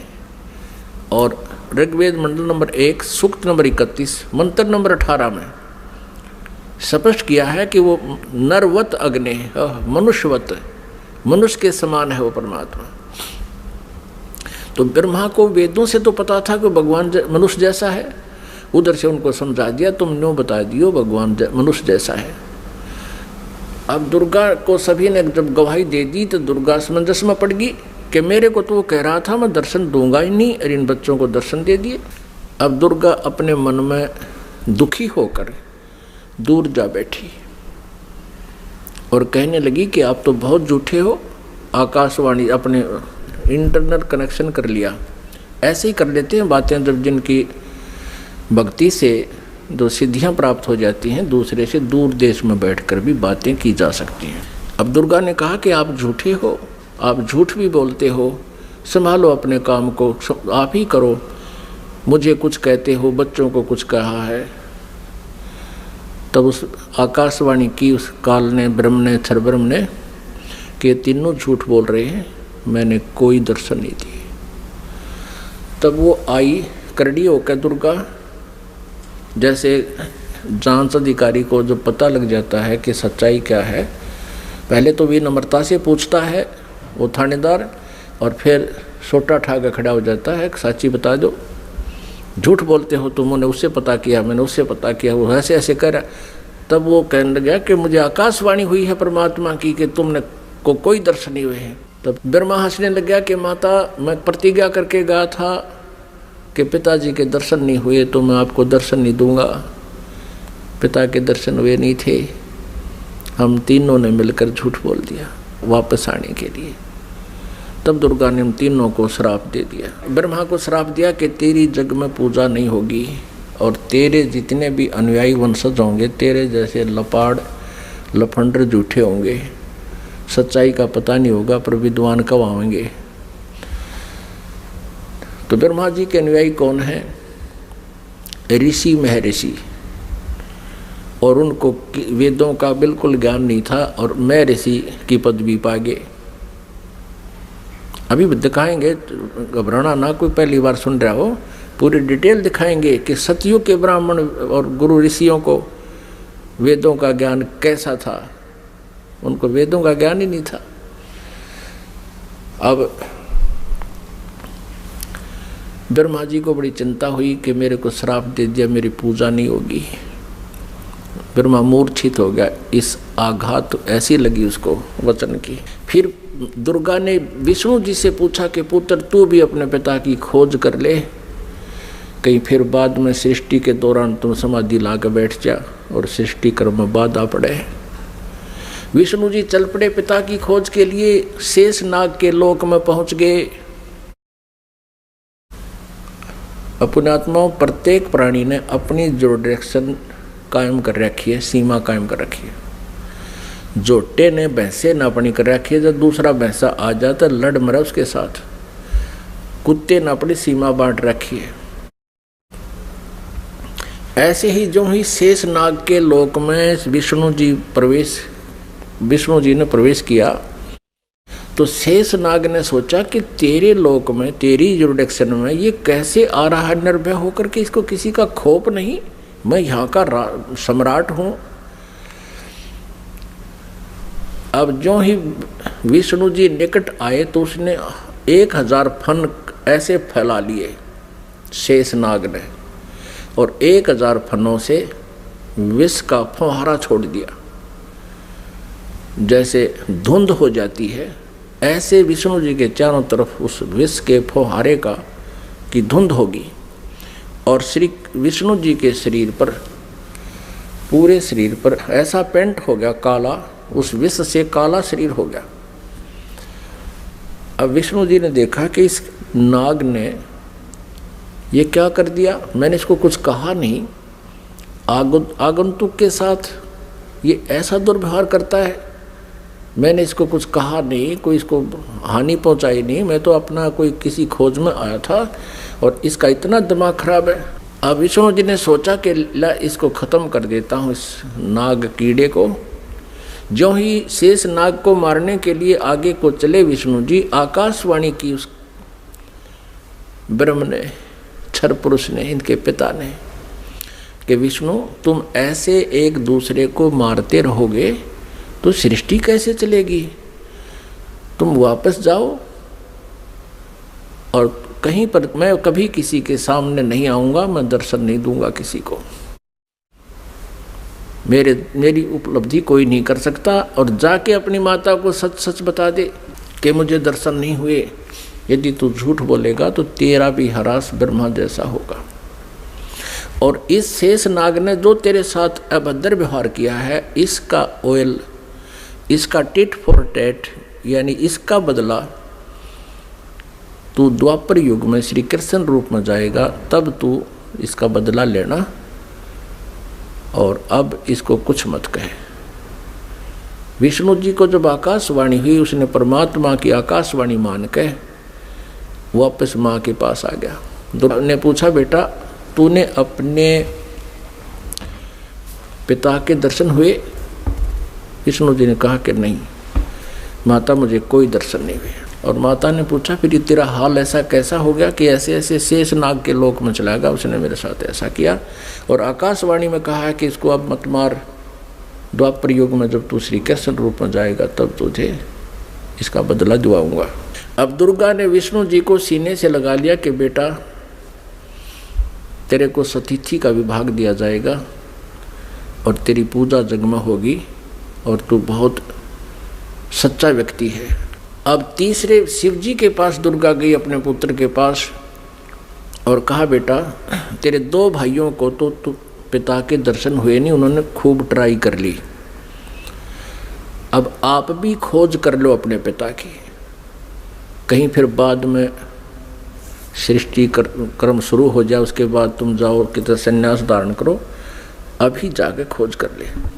भगवान शिव जी ने, शंकर ने समझदारी की, कहा माता जब मेरे 2 बड़े भाइयों को पिता के दर्शन नहीं हुए, ब्रह्मा जी ने तो 4 युग समाधि भी लगाई और विष्णु जी ने वैसे घूम घाम कर ढूंढना चाहा, तो मैं तो ट्राई ये नहीं करता माता, पर मुझे एक वरदान दे दो।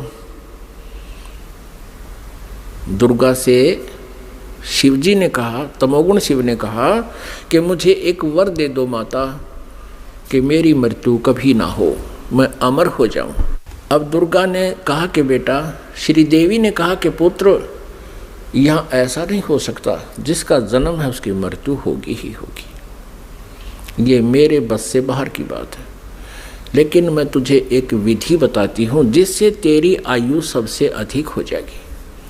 तो भगवान शिव ने कहा कि माता वही कृपा कर दो। तो दुर्गा ने कहा कि बेटा इस आयु के बढ़ाने का एक विधि है, तरीका है कि प्राणायाम करके श्वास को सूक्ष्म कर ले, एक स्थान पर बैठा रहे और सूक्ष्म श्वास कम से कम लेने से आयु बढ़ जाती है, क्योंकि आयु श्वासों पर आधारित है।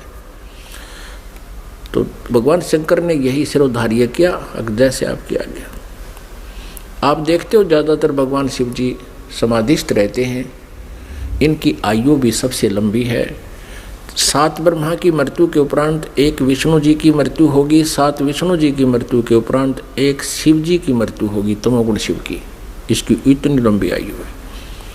और एक ब्रह्मा जी की आयु कितनी है? ब्रह्मा जी का एक दिन, रजगुण ब्रह्मा जी का एक दिन 1000 चतुर्युग का होता है। और इतनी ही रात्रि, एक चतुर्युग में कितने वर्ष हैं हमारे मनुष्यों के? 43,20,000 वर्ष एक चतुर्युग में। ऐसे ऐसे 1000 चतुर्युग का ब्रह्मा जी का दिन और इतनी ही रात्रि। 30 दिन रात का महीना, 12 महीने का एक वर्ष और 100 वर्ष की ब्रह्मा जी की आयु। इससे 7 गुना विष्णु जी की, सतगुण विष्णु जी की, और विष्णु जी से 7 गुना तम गुण शिव जी की। इतनी लंबी आयु होगी। फिर इन तीनों पुत्रों का दुर्गा ने विवाह करना चाहा। आकाशवाणी की उस काल ब्रह्म ने, सरपुरुष ने दुर्गा जी से कि दुर्गा तो इन तीनों बच्चों को पुनः सागर मंथर पर भेज दे और वहाँ इनका विवाह करने के लिए तू ही 3 रूप बना करके 3 लड़कियों के रूप से निकलना है। अब श्री देवी ने 3 रूप बनाए, गुप्त, और समुद्र में छुपा दिए। उधर से तीनों पुत्रों से कहा कि जाओ बेटा तुम सागर मंथन करो। उधर से ये काल सब व्यवस्था कर देता है। इन्होंने जाकर के सागर मंथन दूसरी बार किया तो 3 लड़कियां बाहर आई। अब माता ने कहा था बेटा जो पहले निकले उसकी पहचान कर लेना, अलग अलग। दूसरी बार जो निकले उसकी पहचान तीसरे के। तो तीनों ने आगे पीछे कर लिया, उनको माँ के पास ले आए। दुर्गा ने पूछा पहले कौन सी निकली थी? कि ये वाली। उसका नाम सावित्री रख दिया और ब्रह्मा से कहा कि ये तेरी पत्नी रूप में होगी। दूसरी को कहा तेरा नाम लक्ष्मी होगा और विष्णु जी से उसका विवाह कर दिया। और तीसरी से कहा कि तेरा नाम उमा होगा और उसका विवाह शिव जी से कर दिया। अब यहाँ से इस एक ब्रह्मांड में काल सृष्टि प्रारंभ हुई। इस क्षर पुरुष का परिवार प्रारंभ हुआ। इससे सुर और असुर उत्पन्न हुए। और पुण्यात्माओं, जो पुराणों में हम सागर मंथन सुनते हैं कि 14 रत्न निकले, भगवान शिव ने विष को ग्रहण किया, वो तो बहुत बाद की बातें हैं। तो पहले ये इस प्रकार सागर मंथन हुए थे। वो इन वेदों में, इन पुराणों में नहीं है, वो सूक्ष्म वेद में है, 5वें वेद में। पुण्यात्माओं, अब ये है वो सृष्टि रचना जो 5वें वेद में है, सूक्ष्म वेद में है। अब 5वें वेद का हमें पता नहीं था। आदि शंकराचार्य जी ने अपने द्वारा रची पुस्तक में उस सूक्ष्म वेद का, 5वें वेद का वर्णन किया है और उन्होंने अपने द्वारा रची उस पुस्तक में उसको मेंशन किया है। समय आने पर दिखाएंगे। अब परमेश्वर कबीर देव जी ने 600 वर्ष पहले सन 1398 में वो सशरीर आए थे। सतलोक से चलकर एक शिशु का रूप धारण किया था। काशी शहर में बने एक लहर तारा नामक तालाब पर कमल के फूल पर विराजमान हुए थे प्रभु। और ये 5वां वेद प्रदान करने के लिए आते हैं अपने मुखारविंद से। और उनको एक निसंतान जुल्हा दंपति उठा ले गए थे जुलाहे के घर प्रभु परवेश की लीला करते हुए बड़े हुए, वही कार्य करके दिखाया जनता को, क्योंकि ऐसी परमात्मा लीला किया करते हैं। वेदों में ऐसा ही लिखा है कि वो परमात्मा आता है प्रत्येक युग में, और ऐसे मनुष्य जैसी एक जीवन मनुष्य जैसे कर्म करके ये लीला करता हुआ अपना निर्वाह करके दिखाता है। ऋग्वेद मंडल नंबर 1 सूक्त नंबर 31 मंत्र नंबर 17 में। तो फिर परमात्मा ने वो वाणी आज से 600 वर्ष पहले अपने मुख कमल से गीता जी अध्याय नंबर 4 के श्लोक नंबर 32 में जिसके विषय में कहा है कि धार्मिक यज्ञों यानी अनुष्ठानों की अत्यधिक जानकारी विस्तार के साथ सत्य जानकारी सही जानकारी ब्रह्मणे मुखे, ब्रह्मणे माने सच्चिदानंद घन ब्रह्म, मुखे माने उसके मुखारविंद से उच्चारित वाणी में बिल्कुल विस्तार से कही गई है। वो तत्व ज्ञान है। उसको जानने के बाद फिर सभी कर्म समाप्त हो जाएंगे, यानी डले डोने बंद हो जाएंगे, गलत साधना आप नहीं करोगे। परमेश्वर कबीर देव जी उस समय कहा करते थे इन नकली गुरु आचार्यों से, मंडलेश्वरों से, कि तुम जनता को गुमराह कर रहे हो, तुम कह रहे हो कि ब्रह्मा विष्णु महेश के कोई माता पिता नहीं। परमात्मा कहा करते इनके माता पिता हैं, ये जन्मते मरते हैं, इनकी मृत्यु होती है, जन्म होता है, ये अविनाशी नहीं है, ये कंप्लीट गॉड नहीं है। तो इस बात का बहुत विरोध हुआ था परमेश्वर का।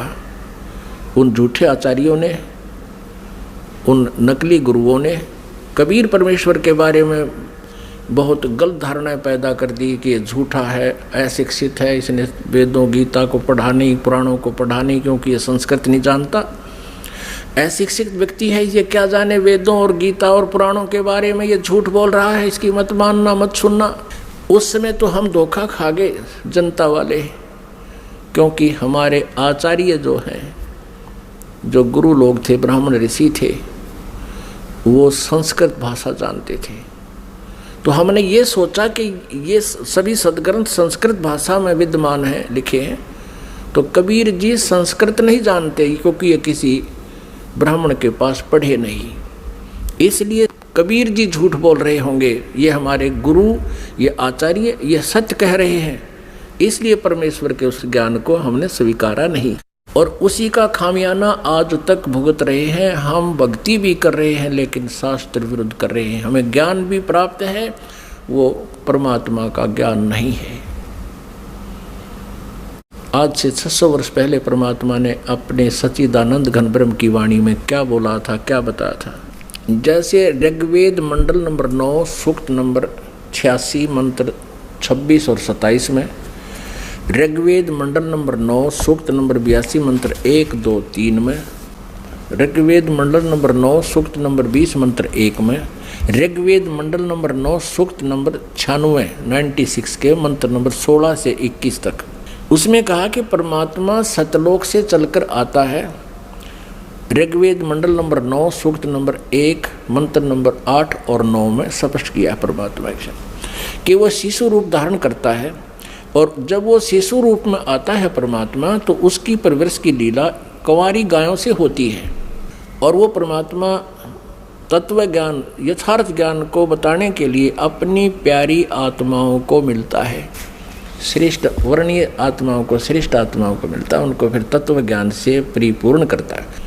उसी आधार से परमात्मा जो लीला किया ही करते हैं, उसी तरह करते हुए आदरणीय धर्मदास साहिब जी को मिले। अच्छी आत्माओं में से किन किन अच्छी आत्माओं को मिले? आदरणीय धर्मदास साहिब जी को मिले, आदरणीय मलुकदास साहिब जी को मिले, आदरणीय दादूदास साहिब जी को मिले, आदरणीय नानक साहिब जी को मिले, आदरणीय गरीबदास साहिब जी गांव छुडानी जिला झज्जर हरियाणा वाले को मिले, आदरणीय घीसा साहिब जी गांव खेखड़ा जिला मेरठ उत्तर प्रदेश वाले को मिले।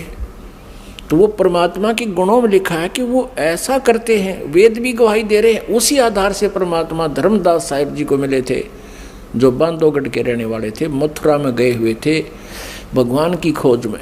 वहाँ परमात्मा ने कहा था इन तीर्थों पर भगवान नहीं है, भगवान आपके सदग्रंथों में लिखी हुई विधि से प्राप्त होगा। और धर्मदास जी आप यहाँ कह रहे हो कि भगवान यहाँ घूमा करते थे श्री कृष्ण जी, फिर अब तो नहीं है वो, या तो घूमा करते थे उस समय आते तुम, अब वो है ही नहीं, अब क्या ढूंढने आते हो? आपके सदग्रंथों में लिखे हैं, उन सदग्रंथों से ढूंढो। क्या बताया भगवान ने?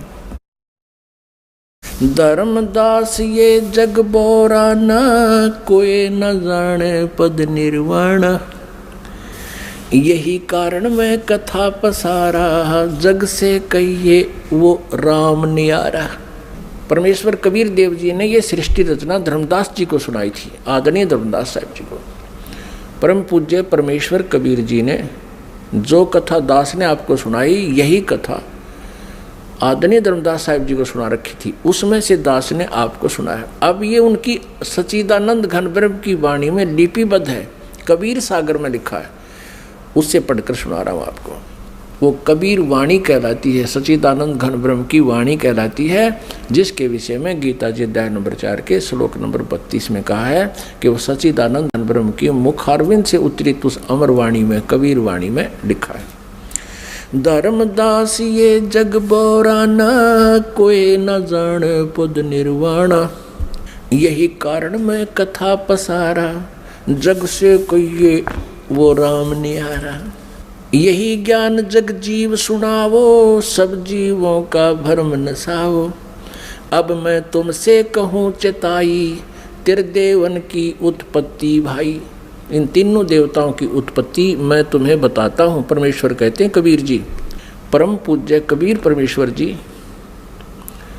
क्या बता रहे हैं कि अब मैं तुझे तुम्हारे तीनों देवताओं की उत्पत्ति बताता हूँ। पुण्यात्माओं, 600 वर्ष पहले परमात्मा ने ये ज्ञान अपनी सच्चिदानंद घन ब्रह्म की वाणी में लिखा, बोला, वो लिखा गया। और यही अब आपको रूबरू कराएंगे पुराणों में और वेदों में, गीता जी में। आप दांतों तले उंगली दबाओगे कि सचमुच हे भगवान ने हमारे को कैसा मूर्ख बना रखा था इन नकली आचार्यों ने, गुरुओं ने। हमें हमारे सिलेबस से भी परिचित नहीं कराया इन अध्यात्मिक गुरुओं ने। हमारा सिलेबस है, हमारे सदग्रंथ है, इनके विरुद्ध जो ज्ञान सुना जाता है वो शास्त्र सिलेबस के विरुद्ध है, शास्त्र विरुद्ध है। अब मैं तुमसे कहूँ चिताई, त्रिदेवन की उत्पत्ति भाई, कुछ संक्षेप कहूँ गौराई, सब संशय तुमरे मिट जाई। कहते थोड़े से समय में संक्षेप में बताऊंगा, उससे में सारे संशय दूर हो जाएंगे। ज्ञानी सुने सो हृदय लगाई, मूर्ख सुने तो गम ना पाई। इस ज्ञान को जो बुद्धिमान व्यक्ति सुनेंगे, इस कथा को, तो हृदय से लगाएंगे कि सचमुच सही है। और प्रमाण देखेंगे अपने सदग्रंथों में, पुराणों में और वेदों और गीता जी में। बुद्धिमान तो हृदय से लगाएगा कि सचमुच यही बात है, हमें पता नहीं लगा। और मूर्ख सुने तो गम नहीं पाई, माने वो नहीं समझ सकेगा, वो तो अनाड़ी आदमी है। प्रमाण देखकर भी नहीं मानना, तो अनाड़ी व्यक्ति है। ज्ञानी सुने सो हृदय लगाई, मूर्ख सुने तो गम ना पाई। अब मैं तो बताने जा रहा हूं उसके बारे में, समझदार तो समझेंगे क्या। माँ अष्टंगी पिता निरंजन, ये जमदारुण वंशन अंजन। ब्रह्मा श्री विष्णु श्री शिव जी के माता तो अष्टंगी या दुर्गा है, और पिता ये ज्योत निरंजन क्षर पुरुष क्षर ब्रह्म ये काल है। माँ अष्टंगी पिता निरंजन, ये जमदारुण वंशन अंजन। पहले कीन निरंजन राई, पीछे से माया उपजाई। पहले तो कहते हैं ज्योत निरंजन क्षर ब्रह्म का अंडे से जन्म हुआ, उत्पत्ति हुई परमात्मा से ही, और पीछे से दुर्गा की उत्पत्ति की परमेश्वर ने ही, परम अक्षर ब्रह्म ने, सतपुरुष कबीर साहब ने। तो फिर क्या बताते हैं, पहले कीन निरंजन राई, पीछे से माया उपजाई। माया दुर्गा को कहते हैं। माया रूप देख अति शोभा, देव निरंजन तन मन लोभा। दुर्गा के सुंदर रूप को देखकर इसके अंदर विषय वासना प्रभावित होगी, प्रबल होगी। कामदेव धर्मराय सताए, देवी को तुरंत धर खाए। क्या बताते हैं कि इस काल के अंदर उत्तेजना उत्पन्न होगी और दुर्गा इसके मुंह में चली गई। इसने बुरी तरह अभद्र तरीके से आलिंगनबद्ध करने के लिए हाथ फैला रखे थे और किस करने के लिए मुंह पाड़ रखा था। पागल की तरह। दुर्गा इसके मुंह से चली गई अंदर पेट में। पेट से देवी करी पुकारा, हे साहेब मेरा करो उभारा। टेर सुनी तब हम ता आए, अष्टंगी का बंध छुड़वाए। परमात्मा कहते धर्मदास जी फिर मैं वहाँ गया दुर्गा के पास, जो पेट में थी उसके बाहर निकाला मैंने इसको। सतलोक में कीन्या दुराचारी, काल निरंजन दीन नकारी। माया समेत दिया भगाई, 16 शंख कोस दूरी पर आई। अष्टंगी और ये काल अब दोई, मंद कर्म से गए बिगोई। धर्मराय को हिकमत कीन्या, नख रेखा से भग कर लीना। इस काल को धर्मराय भी कहते हैं। इसने कसम खाई थी, प्रतिज्ञा की थी भगवान के सामने। परमात्मा ने कहा था तू इन आत्माओं ने दुखी करेगा। ये बोला नहीं जी, जो जिसे कर्म करेगा उसे फल दूंगा। मैं कति धर्म का राज करूंगा, इसलिए धर्मराज कहलाया। लेकिन यहाँ कहलाता धर्मराज है, करता सारा न्याय है। धर्मराज मीन न्यायाधीश है। अब ये काल वैसे तो न्यायाधीश कहलाता है और करता सारे न्याय। तो परमात्मा कहते निरंजन धन तेरा दरबार, जहाँ तनिक नहीं न्याय विचार। अब क्या बताते हैं, धर्मराय को हिकमत की ना, नख रेखा से भग कर लीना। कहते दुर्गा के प्रजनन इंद्री इसने अपनी सिद्धि शक्ति से बना ली। ज्योत निरंजन किन्ने भोग बिलासा, माया को रही तब आशा। दुर्गा प्रेग्नेंट होगी। 3 पुत्र अष्टंगी जाए, ब्रह्मा विष्णु शिव नाम धराए। ओए होए, ये परमात्मा परमेश्वर ने स्वयं आकर के ये सारा अपने द्वारा रची हुई सृष्टि का सारा ज्ञान बताया, विधान दिया 600 वर्ष पहले। और यही आज हमारे पुराणों में आपके रूबरू कराएंगे, देखना आप हैरान रह जाओगे। 3 पुत्र अष्टंगी जाए, ब्रह्मा विष्णु शिव नाम धराए। 3 पुत्रों का जन्म होया दुर्गा से, इनका ब्रह्मा विष्णु और शिव नाम धरे गए। 3 देव विस्तार चलावे, इनमें यो जग धोखा खावे। ये तीनों देवता इस काल के एक ब्रह्मांड का संचालन कर रहे हैं और इन्हीं को सर्वेश्वर मान कर ये जग धोखा खा रहा है। 3 लोक अपने सुत दीन्या, सुन निरंजन बासालीन्या। 3 लोक, पृथ्वी लोक, स्वर्ग लोक और नीचे पाताल लोक, ये तीनों लोक अपने पुत्रों को देकर ये स्वयं शून्य में, शिखर में, एकांत स्थान पर गुप्त रहता है। गीता जी अध्याय नंबर 7 के श्लोक नंबर 24 और 25 में स्वयं कहता है, श्री कृष्ण में बोल रहा है ये काल प्रवेश करके, कहता है ये मूर्ख समुदाय मुझे मुझ अव्यक्त को व्यक्तिम आपनम मन्यते, मुझे मनुष्य शरीर में आया हुआ मानते हैं, कृष्ण मान रहे हैं, मैं आई एम नॉट कृष्ण। और ये कहता है कि मैं कभी किसी के समक्ष नहीं आता, ये मेरा अनुत्तम यानी घटिया नियम है मेरा। अब जो भगवान, अब जो पिता पुत्रों के भी सामने नहीं आता, उनसे भी छुप के रहता है, तो उसमें कोई दोष है, वो अच्छा नियम नहीं है उसका। इसलिए यह अनुत्तम घटिया अटल नियम लिखा, ये मेरा अटल नियम है, अविनाशी नियम है। और फिर कहता है कि मैं अपनी योग माया से छुपा रहता हूँ। इसे सीधे कहीं पर आकार में है, अव्यक्त है। अव्यक्त का अर्थ निराकार नहीं होता। जैसे बादल छा जाते हैं सूर्य के सामने तो वो हमें दिखाई नहीं देता, उसका कुछ रोशनी अवश्य थोड़ी बहुत महसूस सी होती है फिर भी, लेकिन वो हमें दिखाई नहीं देता। वो बादलों से पार अव्यक्त है, वहाँ पर साकार है। जब दिखाई देते ही वो बादल हटते ही वो साकार है। लेकिन उसको निराकार नहीं कह सकते कि भगवान दिखाई दे जब तो साकार हो जाता, ना दिखाई तो निराकार है, या कोई डेफिनेशन हुई भगवान की। वो साकार ही है पर हमें नहीं दिखता, वो अलग बात है। उसको अव्यक्त कह सकते हैं, जो दिखाई ना देता, हम देख नहीं पा रहे उसको, वो अलग बात है। लेकिन परमात्मा साकार है। निराकार और साकार की परिभाषा अलग अलग होती है। निराकार जो कभी ना दिखाई दे, जिसका कोई आकार नहीं है, और साकार जो सह शरीर है, उसका कोई आकार है, उसको साकार कहते हैं। जिन अज्ञानियों को ज्ञान नहीं, उन्होंने परमात्मा की परिभाषा बदल डाली अपने अज्ञान सोच के आधार पर, तो वो तत्व ज्ञानहीन प्राणी है। ये खुद भी कहता मैं छुपा रहता हूँ, कभी किसी के सामने नहीं आता। यही परमेश्वर की सच्चिदानंद घन ब्रह्म की वाणी बता रही है, कबीर वाणी, कि ये ज्योत निरंजन सुन ठिकाना, यानी ऊपर 21वें ब्रह्मांड के ऊपरले स्थान पर रहता है। और ब्रह्मा विष्णु शिव भेद न जाने, ब्रह्मा विष्णु महेश को भी नहीं पता वो कहाँ है, कौन है, कैसा है। तीन लोक अपने सुत दीना, सोन निरंजन बासालीना।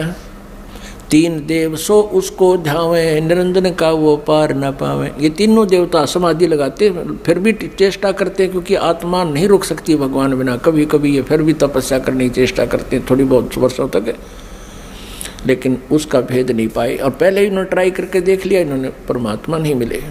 इसलिए दुर्गा ने उन्हें बता दिया कि वो निराकार है, तो इन्होंने स्वीकार कर लिया कि वो निराकार है। और इन्होंने भी ट्राई करके देख लिया, नहीं मिला, तो सब ने उसकी डेफिनेशन बदल ली अपनी सोच के आधार से कि परमात्मा निराकार है। क्यों दिखाई नहीं दे रहा उनको? उनकी वे ऑफ वर्शिप परमात्मा देखने वाली नहीं थी।